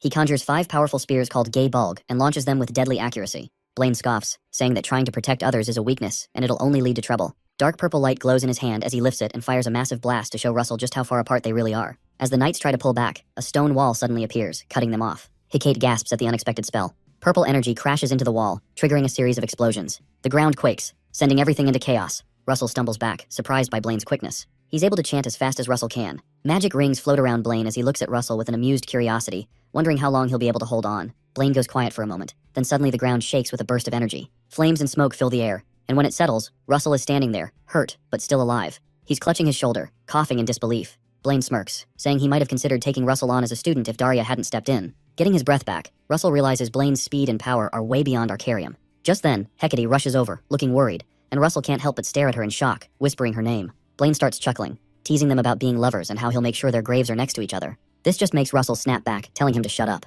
Blaine raises his hands, ready to unleash another fiery spell. Heat radiates off him as he's about to strike again. In the distance, a knight cries out for the princess to fall back, warning that they can't hold on for long. Blaine raises an eyebrow, surprised to see mage soldiers showing up for the fight. He mutters under his breath about the Duke's secret plans and how this whole battle is turning out to be more hassle than it's worth. With everything going on, Russell struggles to stay on his feet. Hecate comes rushing to him, and he reassures her that he's okay. He knows it's time to go full dragon mode. A notification pops up, telling him to grab a relic, which is the blue necklace from Princess Hecate. He turns to her, asking for it. She's taken aback, but eventually hands it over, having touched it in surprise. It's her mother's keepsake, but she sighs and gives it to him. Russell thanks her and channels his mana into the necklace. A bright blue light bursts out, shocking both of them. The system confirms that the relic's true form has been restored as a dragon scale. He expected horns, but he takes it in stride. He declares he'll absorb the scale. Light engulfs him as blue energy blasts out, shaking the ground. Blaine's eyes widen, and sweat starts to fall down his face as he can't believe what he's seeing. From the dust, Russell emerges, now armored in black dragon scales, and Hecate can only stare in awe. The system announces that Russell's body has been boosted, and his transformation will last longer with fewer side effects. Clenching his fist, he feels a surge of raw strength inside him, one eye glowing bright as the power of the dragon flows through him. With his transformation activated, he stands tall, covered in black scales and radiating energy. Blaine hovers above them, muttering that the rumors about Russell's dragon bloodline must be true. Dust swirls around as Russell faces him with determination. Nearby, a scar-faced man watches, now realizing how McCrae Hughes was beaten. Russell turns to Hecate, telling her to get back. He's not going to let her get hurt. Blaine laughs as he senses Russell's dragon mana, admitting it's on par with his own and dreaming of stealing it. Red and blue energy clash in the sky as Blaine thinks about using this chance to surpass all the Tower Masters. Russell's body is burning from the heat. He knows Blaine has the magic edge, but he's got physical strength on his side. He's decided it's time to end this fight. Flames surge around him as he activates overheat, concentrating everything into his palm and unleashing a massive fireburst. The impact-falling sun crashes down like a meteor and obliterates everything in its path. Following that, he sends out 12 glowing spears, shooting forward at blazing speed. As they fly, Russell activates the Titan Killer skill and swings it wide to unleash a fiery slash that rips through the field. Heat waves surge outward and push the battle to its peak. Clenching his fists, Russell knows those last attacks weren't quite enough. Suddenly, Blaine disappears. Before Russell can respond, Blaine reappears high above, wrapped in flames, and slams down on him with a heavy hit. Blaine mocks him for looking impressive, but not being a real threat. In response, Russell charges up a fireball and shouts, "Overheat!" hitting Blaine and pushing him back in pain. Without hesitation, Russell unleashes a massive flame cannon, pouring all of his energy into it. The explosion engulfs Blaine in flames. Just as Russell catches his breath, a wave of energy strikes him, forcing him back. Blaine lands with a smirk, acknowledging that Russell's power is almost superhero level. He mentions that in 5 more years, Russell might actually surpass him. Blaine raises his hand and vows to finish it. Out of nowhere, Russell jumps down with a glowing sword, challenging him to try. He goes all out, searching for a weak spot. Fireballs start falling as Russell channels every bit of strength he has. He thinks he can wrap this up if he just pushes a bit more. Letting out a roar, he unleashes a powerful surge into Blaine, who screams as the energy rips through him. Lightning crashes all around. Blaine grits his teeth, knowing his dragon form is running on fumes. Solomon's crown can't hold much longer. Russell feels this is his chance and calls down a massive bolt of lightning that hits hard, forcing another anguished cry from Blaine. But Russell feels his own limits closing in. Both his dragon transformation and Solomon's crown are on the verge of collapse. Across the battlefield, Blaine is shaking but won't back down. With pure hatred, he curses Russell and prepares his final move. The sky trembles as a dark storm brews overhead. Blaine unleashes his ultimate spell, Demon's Flame. Just before it lands, another powerful blast collides with it, tearing the sky apart. Thunder crashes as blue light erupts, wiping everything out in its path. Russell hits the ground, aching and barely seeing straight. But even through the pain, his red eyes shine fierce. He thinks about the people he cares about and gets back up, refusing to fall. Blaine watches, shocked at how far Russell has come. Russell is now at the 7th tier, a level he never thought he'd reach. Another bolt of lightning strikes, hitting Blaine hard with pain. The enemy mutters that reaching the 7th completion is unacceptable. Suddenly, a new voice chimes in, mocking the Red Magic Tower Master for looking so pathetic. A guy with blue hair threatens to rip out the enemy's tongue if he says another word. Another figure shows up, asking why he's late. A deep voice answers that some things got messy after the others left. The man in the black cloak smirks and touches his cracked face, saying he broke the Fire Tower Master's seal but claims to have sealed it up perfectly again. Far off, a badly injured man gasps for air. Through clenched teeth, he asks what happened to his master. Russell looks up at the new guy. Even though they've talked before, this is their first face-to-face encounter. The man grins coldly, declaring he'll kill both the father and son of the Raymond clan. Russell glares at him, fury blazing in his eyes. Our boy is in tears, telling us he's the one who killed his dad. The bald guy admits he went after Russell's father but tries to shift the blame, suggesting that Blaine is really behind it all. Russell yells his name, asking why Blaine's doing this. Blaine just smirks and spills the beans that Russell's dad uncovered a conspiracy linking the Duke to some pagan cult, and that knowledge is what seals his fate. Russell's blood is boiling. He curses and glares at the guy while the half-burned villain prepares to strike. He casts Pandemic Gust from the 7 circles, sending out a glowing skull that releases toxic fumes. Grinning with cruelty, he promises Russell a fate worse than death. Light spills across the field as someone promises they won't lose a loved one again. A fiery army charges ahead. Russell spots her and feels a wave of relief. Despite his exhaustion, he's just happy she's okay. She stands there amidst the flames, gives him a slight smile, and silently apologizes for taking so long. The two enemies are in shock, unable to wrap their heads around the fact that she broke free from Tartaros. They exchange anxious looks, trying to figure out how someone they thought was just ordinary managed to shatter that seal. Filled with rage, she lets out a cold laugh. She tells them that thinking of her or her partner as just regular humans is a joke. She makes it crystal clear that they've really messed up by underestimating her. On the other side, Blaine and his buddies start to freak out when they realize the Blue Tower Master has also escaped. Russell drops to his knees, calling out to his master with worry. She reassures him that it'll all be over soon. Her expression hardens as she curses the traitors, vowing to make them pay for pulling up old wounds. Then there's a flashback. A young Russell, all excited, raises his hand and tells his mom he wants to be a great mage like her. She smiles and lifts him up, saying he's going to make it because he's her son. Russell shows off a magic missile, and his mom praises his talent. He trains all day, eager to impress, glowing with fire. And he has a serious sweet tooth, always hunting for candy. His mom used to tease him about it. Then that night, everything changed. His mom got a surprise letter from the royal court and had to leave in a hurry, totally unaware that it was a setup. By the time she figured it out and rushed back home, it was already too late. When she got there, her house was a wreck. Her husband was missing, and her kid was badly burned. She held him tight as he called for her, trying to be strong while tears filled her eyes, and she softly told him to sleep. After that, it felt like she had lost everything. But just when hope seemed gone, a white-haired woman appeared and saved her. Now, that same woman was ready to fight, her voice shaking with rage as she yelled at the enemy, vowing they wouldn't get away. Flames danced around her, ready to take down anyone who caused this pain. She called on the fire giant king, a massive beast that scared the hell out of her foes. Then she unleashed her ultimate move. Combining the flame of Muspelheim from the 8th circle with her signature flame flower dream, she sent a wave of destruction crashing over the battlefield. The enemy screamed as their defenses crumbled under the heat. With the flames still swirling around her, she warned them that she had more in store. She cast her original spell, Rot Apple, creating a vortex of fire that burned hotter than anything. A bright burst of orange light covered the area. Blaine yelled for her to stop and raised his hand, but the flames hit him hard. He screamed as the fire gripped him and burned him alive, his cries echoing as he was consumed. Nearby, Hypnos was cursing and watching in horror as his friends got scorched. Finally, he snapped and shouted that he had no choice. A huge explosion lit up the sky as he teamed up with the Duke to take down the royal house. He tried to run, but the flames wrapped around his legs. Russell yelled that nobody was getting away as he held the fire string tight. Hypnos was panicking after getting hit by a blast of fire. Russell just stood there coldly, reminding him that he had warned him. The white-haired woman was adamant that no one would make it out alive. Hypnos froze, realizing just how intense the flames were. A massive explosion happened next, and his scream was swallowed by the blinding light. Trapped, he struggled against the flames that only tightened their grip on him. He screamed again, fully engulfed. The white-haired woman demanded Hypnos speak up, promising him a quick death. But Hypnos just laughed, claiming the real darkness was still on its way. He vowed to drown the continent in blood and chaos, laughing madly. The woman called him twisted, saying he was ready to destroy himself just to win. Meanwhile, Blaine was leaning against a wall, bleeding and shaky. He admitted that the plan had gone south and cursed the cult he relied on. He decided he'd disappear and start fresh. When Russell approached, Blaine noticed Alex Raymond's resemblance and was stunned. Memories of Alex's death flooded back, leaving him in disbelief as he covered his face, unable to handle it. Before he could collect himself, Russell charged in, flaming sword in hand. It hit Blaine right in the chest as he realized too late that Russell was Alex's son.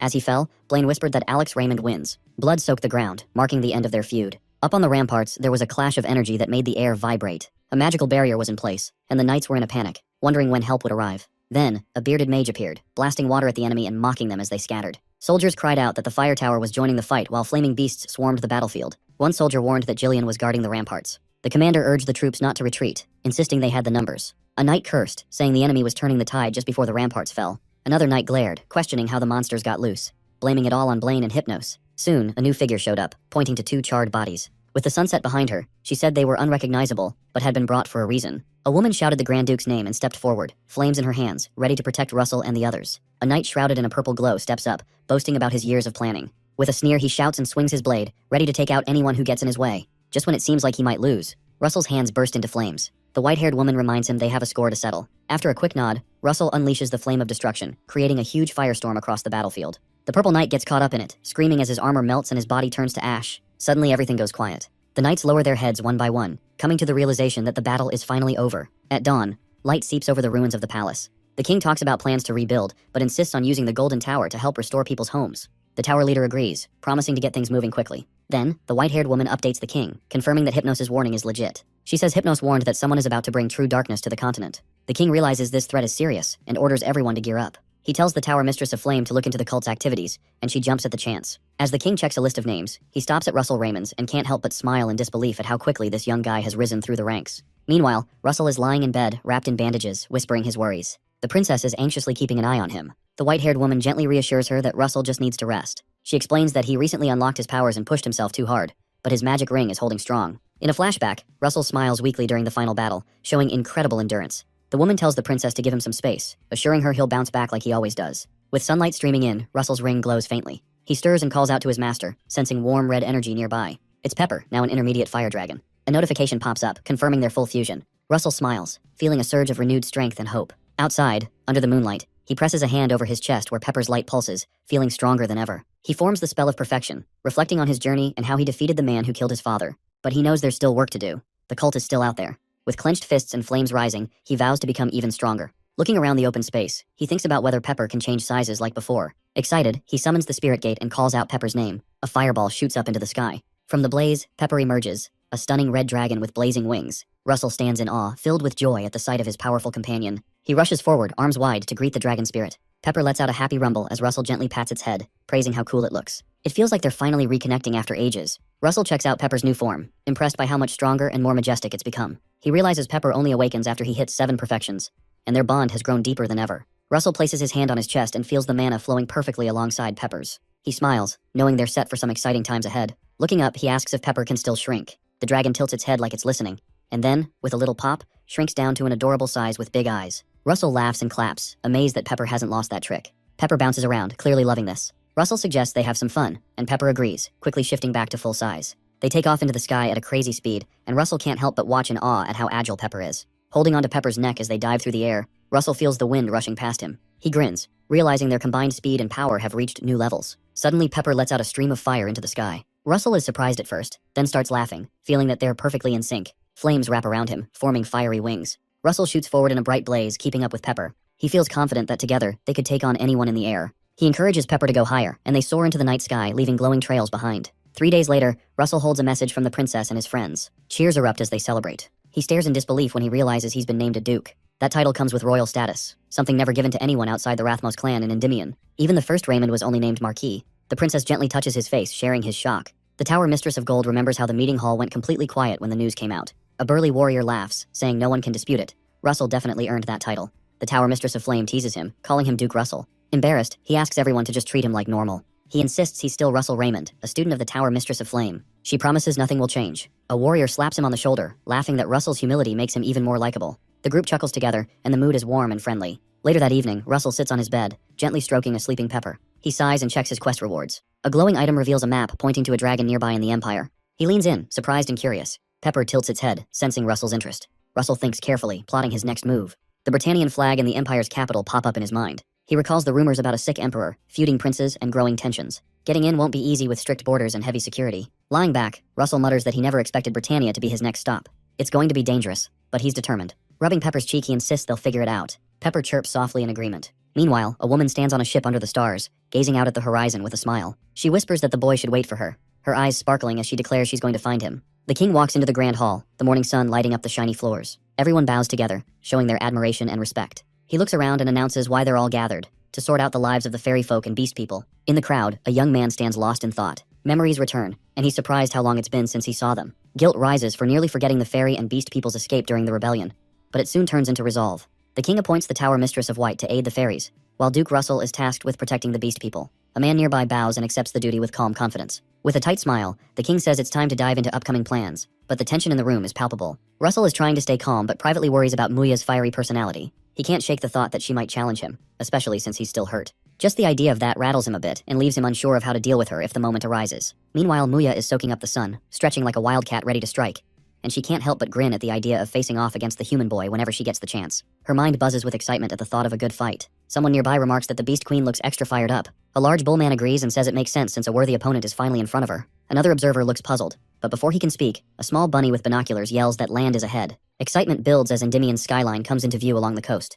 marking the end of their sea journey. Russell admires the rows of ships lined up at the harbor bridge, ready to dock. He soon spots a huge crowd waiting at the pier, buzzing over the arrival of the beast people, figures once only known through stories. Then Russell senses a strange surge of mana from within the crowd. He mutters, wondering where the surge came from, and scans the crowd. Just then someone calls out Sir Alan. A silver-haired man steps forward with a smile, recognizing Russell and saying the king sent him to help however he can. Russell laughs and tells him to drop the formal title. Alan jokes that he'll call him Duke if that works better. Russell admits that actually sounds kind of cool. Before they can relax, a loud voice orders everyone to line up. The crowd turns to the harbor, buzzing with energy as the next adventure begins. The beast people march in single file, each one showing off unique traits that draw curious stares. Russell and Alan scan the crowd for Muya. She suddenly charges in like she's ready to fight. Alan freezes, sensing a powerful aura stronger than even the Tower Mistress. He realizes this must be the fierce warrior Russell mentioned. Muya stops in front of them and greets Russell with her usual mix of fun and challenge. Russell jokes she hasn't changed, and she laughs, saying he looks stronger. She notices his aura and suggests they test it. Russell, still recovering, asks her to hold back a bit since her energy is making others uneasy. Later on, the beast people head into the vast Avert forest. While moving through, Muya asks why the fairies are sharing the space. She complains that no one filled her in on that. Russell explains that Avert Forest is the biggest in Endymion, so there's plenty of room for both of them without clashing. Muya keeps grumbling that the fairies are too peaceful and boring for her taste. To calm her, Russell promises that if she behaves, he'll find her a worthy opponent. That gets her fired up. She points at Alan and says anyone who wants to fight her needs to be on Russell's level. Alan flinches, clearly not expecting that. Muya leans in and says Alan seems strong at first, but she can't feel any mana from him. Curious, Russell flips through his thoughts about Fenrir, the first Beast King rumored to have dragon blood. He starts to wonder if Muya might be part of that lineage. Looking at her more closely, he sees how much she resembles Fenrir. If she has his blood, she might carry dragon traits too. Just then, Muya hugs him and asks why he's staring. Russell stammers and tells her to let go while Alan just stands there, frozen. Back in Avert Forest, the White Tower mistress praises Russell's progress. He tells her to call him whatever she likes. Nearby, Muya spots a tough-looking human girl and makes a comment. The girl calls her rude. Then a cheerful voice welcomes the beast people. Arain and Elo bow and greet Russell, saying it's been a while. Muya teases the pair about their sharp ears and possible strength. Alan chimes in, reminding her to show a little more respect. Muya then tells Russell she catches a scent from one of the fairies that reminds her of him. Elo, caught off guard, quickly denies any connection. Muya jokes that Elo might be trying to stake a claim on Russell, making Elo snap back that he's not some prize to be won. To ease the tension, Russell gathers both groups and lays out a boundary plan. He explains that a bit of friction is normal since their cultures and environments differ, so they need to define clear territories. He suggests using a huge chestnut tree as the divider, north for the fairies and south for the beast people. Both Arain and Muya agree. And of course, Muya reminds him not to forget about their duel. Later, in a quiet vehicle heading to the capital, Arain asks if the king's meeting will be special. Russell says Muya will represent the beast people. Muya shrugs off the title and says she only wants a good fight. Russell adds that there will be a grand ball at the palace to show strength and unity to the world. When Muya hears about the food at the ball, she brightens but quickly stiffens, sensing two powerful beings approaching. She mentions that one might match her in strength, but the other is much stronger. The thought of facing them excites her. Russell tries to calm her down, explaining that one of the two is his master. Muya scolds him for not saying so earlier and frantically adjusts her outfit, asking how she looks. Russell, unsure how to respond, stays quiet. When the carriage stops, Russell's master and the Blue Tower mistress step out.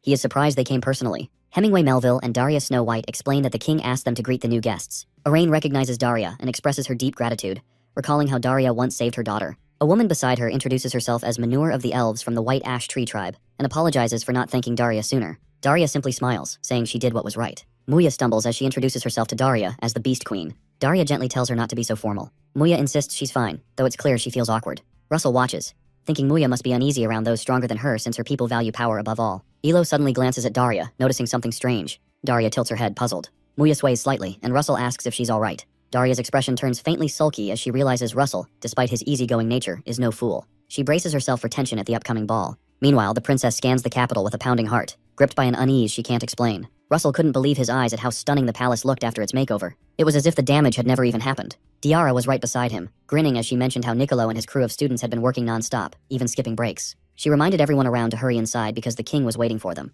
Once inside the grand hall, Russell stepped up as Duke Raymond, proudly announcing that his mission was a success. The king welcomed him with a big smile and told him to stand up, genuinely appreciating all his hard work. Then Arain and Ilo came over, bowing and introducing themselves as part of the celestial Pure White Tree clan. The king thanked them sincerely, promising they'd always be remembered for their help and hoping for lasting peace among all the races while the forest recovered. Muya then introduced herself as the Beast King, trying her hardest to get the greeting right. Russell quickly jumped in, apologizing for her, saying she wasn't exactly familiar with how these formal events worked. The king didn't mind, showing that he understood beast folk traditions. He even suggested giving Muya a formal title at the upcoming ball, which caught her off guard. She stammered but promised to follow his orders, and Russell smiled at her and couldn't help but think he'd need to give her some etiquette tips soon. Fast forward 3 days, and Muya confidently knelt before the court, reintroducing herself as the Beast King and pledging her loyalty to the kingdom of Endymion. The way she carried herself surprised many in the audience as everyone expected her to be a bit more wild, given her reputation. King Alphonse Rathmos signaled for the ceremony to kick off. With a lot of formality, he gave Muya the Lakos family name and named her an Earl, officially bringing her into the ranks of Endymion's nobility. As he tapped a ceremonial sword on her shoulder, applause erupted, clearly heartfelt.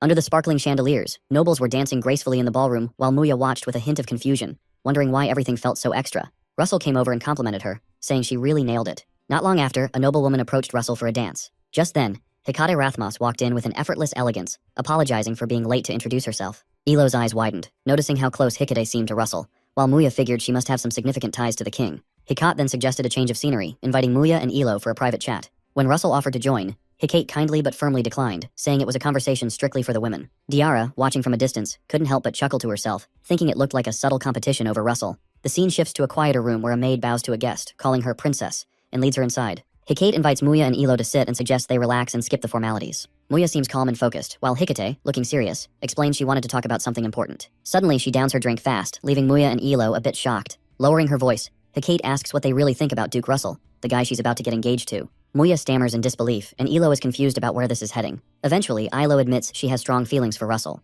while Muya is more straightforward, saying she's drawn to his strength and bold spirit. Hecate nods, almost as if she expected those answers. She believes Russell is meant for greatness, someone who's destined to lead and maybe even take the throne. For someone with that much responsibility, she insists there can't be any divided loyalties or romantic distractions. With unwavering belief, she declares that she'll never share Russell with anyone for as long as she lives. Elo isn't shocked but is taken aback by how intense Hecate is. Muya calls out the arrogance of humans for making judgments. She declares that she also plans to keep Russell by her side, no matter what. Hecate pauses, her tone softening a bit. She talks about how incredible Russell was even as a kid, and mentions the rumors about his dragon blood. She suggests he might one day surpass ordinary humans, maybe even get close to divinity. Hikari admits she's afraid that if she disappears from his life, he'll be left all alone. Her words leave Muya and Ilo silent. Muya leans in and quietly asks if Hikari means something more. Hikate just says she plans to be Russell's #1 and asks which of them wants second place. The question hits hard. Ilo and Muya exchange sharp looks. Hikate tells them to sort it out and let her know. Later, on the palace stairs, Hikari stumbles. Russell catches her and gently scolds her for drinking too much, saying her tolerance is low. Leaning on him, she mutters a strange question about beating an enemy, hinting it's sometimes best to let enemies destroy each other. When Russell asks what she means, she just shakes her head. Then she asks if she can stay in his room. Holding her close, Russell tells her she's always welcome, his warmth helping her relax. 3 months later, Russell is in the Flame Tower, deep in discussion with Diara. He complains that just when he thought things were settling down, another unexpected problem pops up.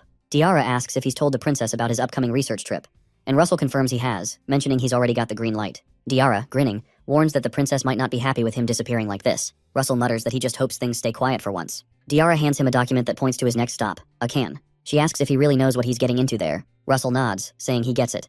Akan is a city-state known for its busy trade scene and wild casinos, and it's got a reputation for all sorts of shady black market stuff. The Tower Master warns him, really emphasizing that Akan's underbelly is deeper and scarier than most people think. Russell just smiles and says he'll be careful, promising he takes the warning seriously. As his boat cuts through the dark waters, wrapped in fog, he feels a bit uneasy. He's had this nagging feeling that someone's been tailing him since the train station. That shadowy figure seems to be hiding well, keeping both their presence and intent hidden. Russell figures whoever it is could be a real threat, and thinks sparring in this kind of situation isn't a great idea. Annoyed, he pulls off his black cloak and calls out to see who followed him. It's Muya, standing on deck with a nervous laugh. Russell asks why she's here. Muya says she would have challenged him back in the capital if she got the chance. After hearing he was leaving, she decided to tag along. Russell warns her it's dangerous and tells her to go back.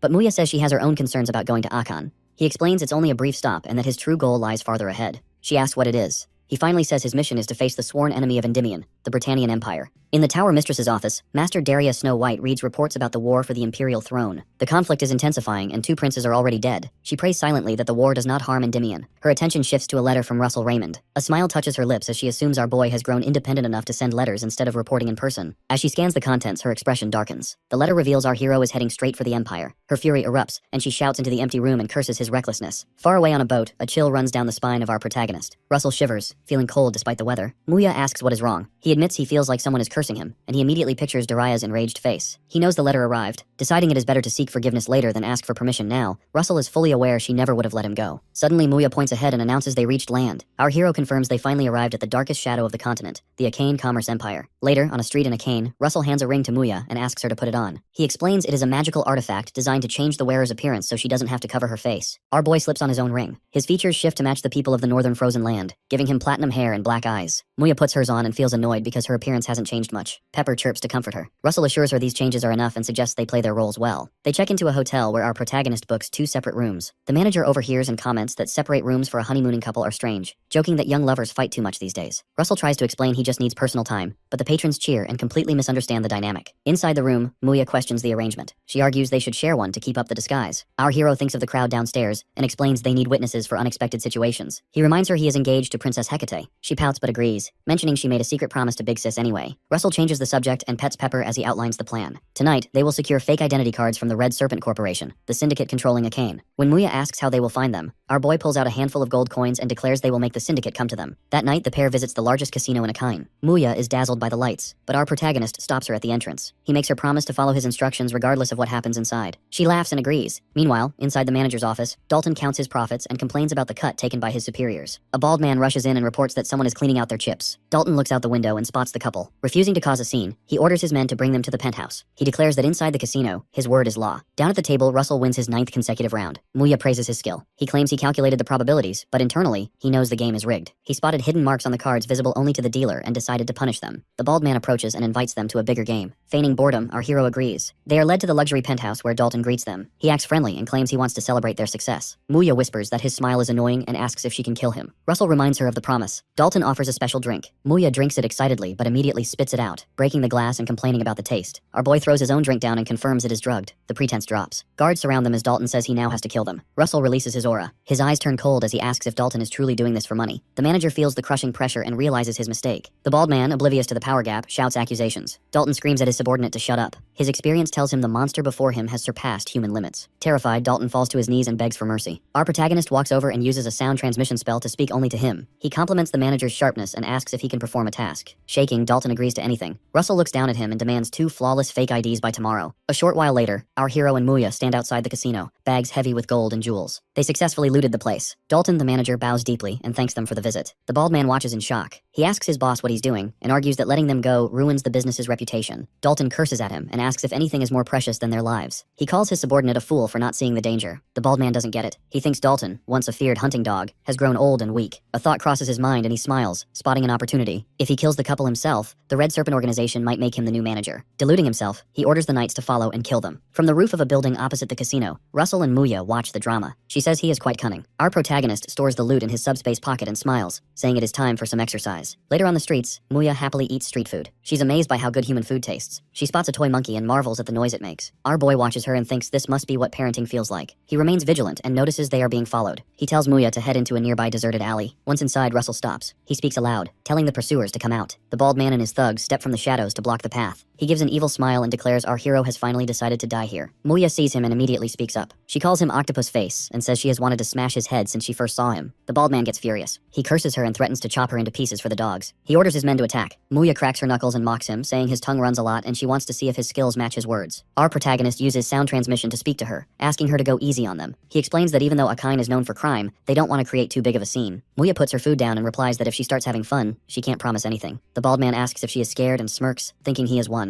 The next moment, Muya lands a devastating punch on his face. One hit knocks him out cold. She takes down the other thugs with single punches. Excitedly, she yells for them all to attack at once. Our boy sits on the sidelines watching. He thinks to himself that having her on his side is a very good thing. He decides to take the IDs tomorrow. The next morning at the Empire port city of Iga, Russell and Muya walk through the streets. She is busy eating again. Our hero looks around and realizes this is the Britannia Empire. There was a time when he hated this place because he believed they were behind his father's death. Standing here now feels strange. They arrive at a checkpoint where a guard checks their IDs and asks about their business. Our protagonist smiles and explains he heard about the Civil War. He claims he was worried about his parents and came to check on them. The guard guesses the IDs are fake and rubs his fingers together for a bribe. He says it is a touching story, but they can't just let anyone in. Our boy understands immediately. He pulls out a bag of money and offers it as a token of sincerity. The guard looks happy and lets them pass. Walking away, Russell thinks he should thank the Civil War, because the resulting corruption gave them the chance to enter the Empire easily. 3 days later, our hero Muya and Pepper run across the land. Pepper flies alongside them. Our protagonist tells Muya that because of the fake IDs, travel is difficult. He estimates it will take about 10 days to reach their destination. She tells him not to worry about her endurance. Suddenly, she stops running. Russell asks what is wrong. She says she smells a lot of corpses. He suggests there might be a graveyard nearby or soldiers from the war, but Muya shakes her head. She explains it is not the smell of a graveyard or regular bodies. She describes the scent as heavy and strange. Our boy looks reluctant. He says he didn't want to create a scene, but agrees they should check it out. Muya and Pepper look happy because they might get to fight. Following the smell, they arrive at a village full of corpses. Muya looks around in shock and says it looks like a village of the dead. Pepper hides behind her in fear. Our hero observes the undead roaming around. He knows magical influence can sometimes spawn undead in graveyards, but this amount is unnatural. He wonders if the cultists are behind this. Suddenly, a system window pops up giving Russell a mission to eliminate all the undead. Our protagonist is surprised to see mission 1, realizing there will be more ahead. He stands up and declares they cannot ignore this. He decides they must destroy them. He walks toward the undead and says that although these people are already dead, he doesn't think they want to live as monsters. He decides to give them peace. Our boy attacks. Muya and Pepper join the fight and destroy the monsters with explosive power. Soon, a notification appears saying the mission is complete. They have eliminated all the undead. Muya notices Russell is quiet and asks what he is thinking. Suddenly, she smells the corpses again. She tells him that since this area is clear, she can track the true source of the smell, the reason people are turning into undead. She points in a direction opposite to their destination. Our hero looks worried since they aren't supposed to go that way. Regardless, the trio heads in that direction. As they travel, our protagonist thinks to himself. He realizes the direction Muya pointed to is a barony. Since the government controls that territory, thousands of people must live there. If they all turn undead, the country will fall. Russell takes no joy in the fall of the Britannia Empire. Instead, he fears the massacre of innocent people. They arrive at the location and see that over 90% of the people have already turned into undead. Watching the transformation, our boy realizes this cannot be natural. Even a civil war throws a country into chaos, but it is impossible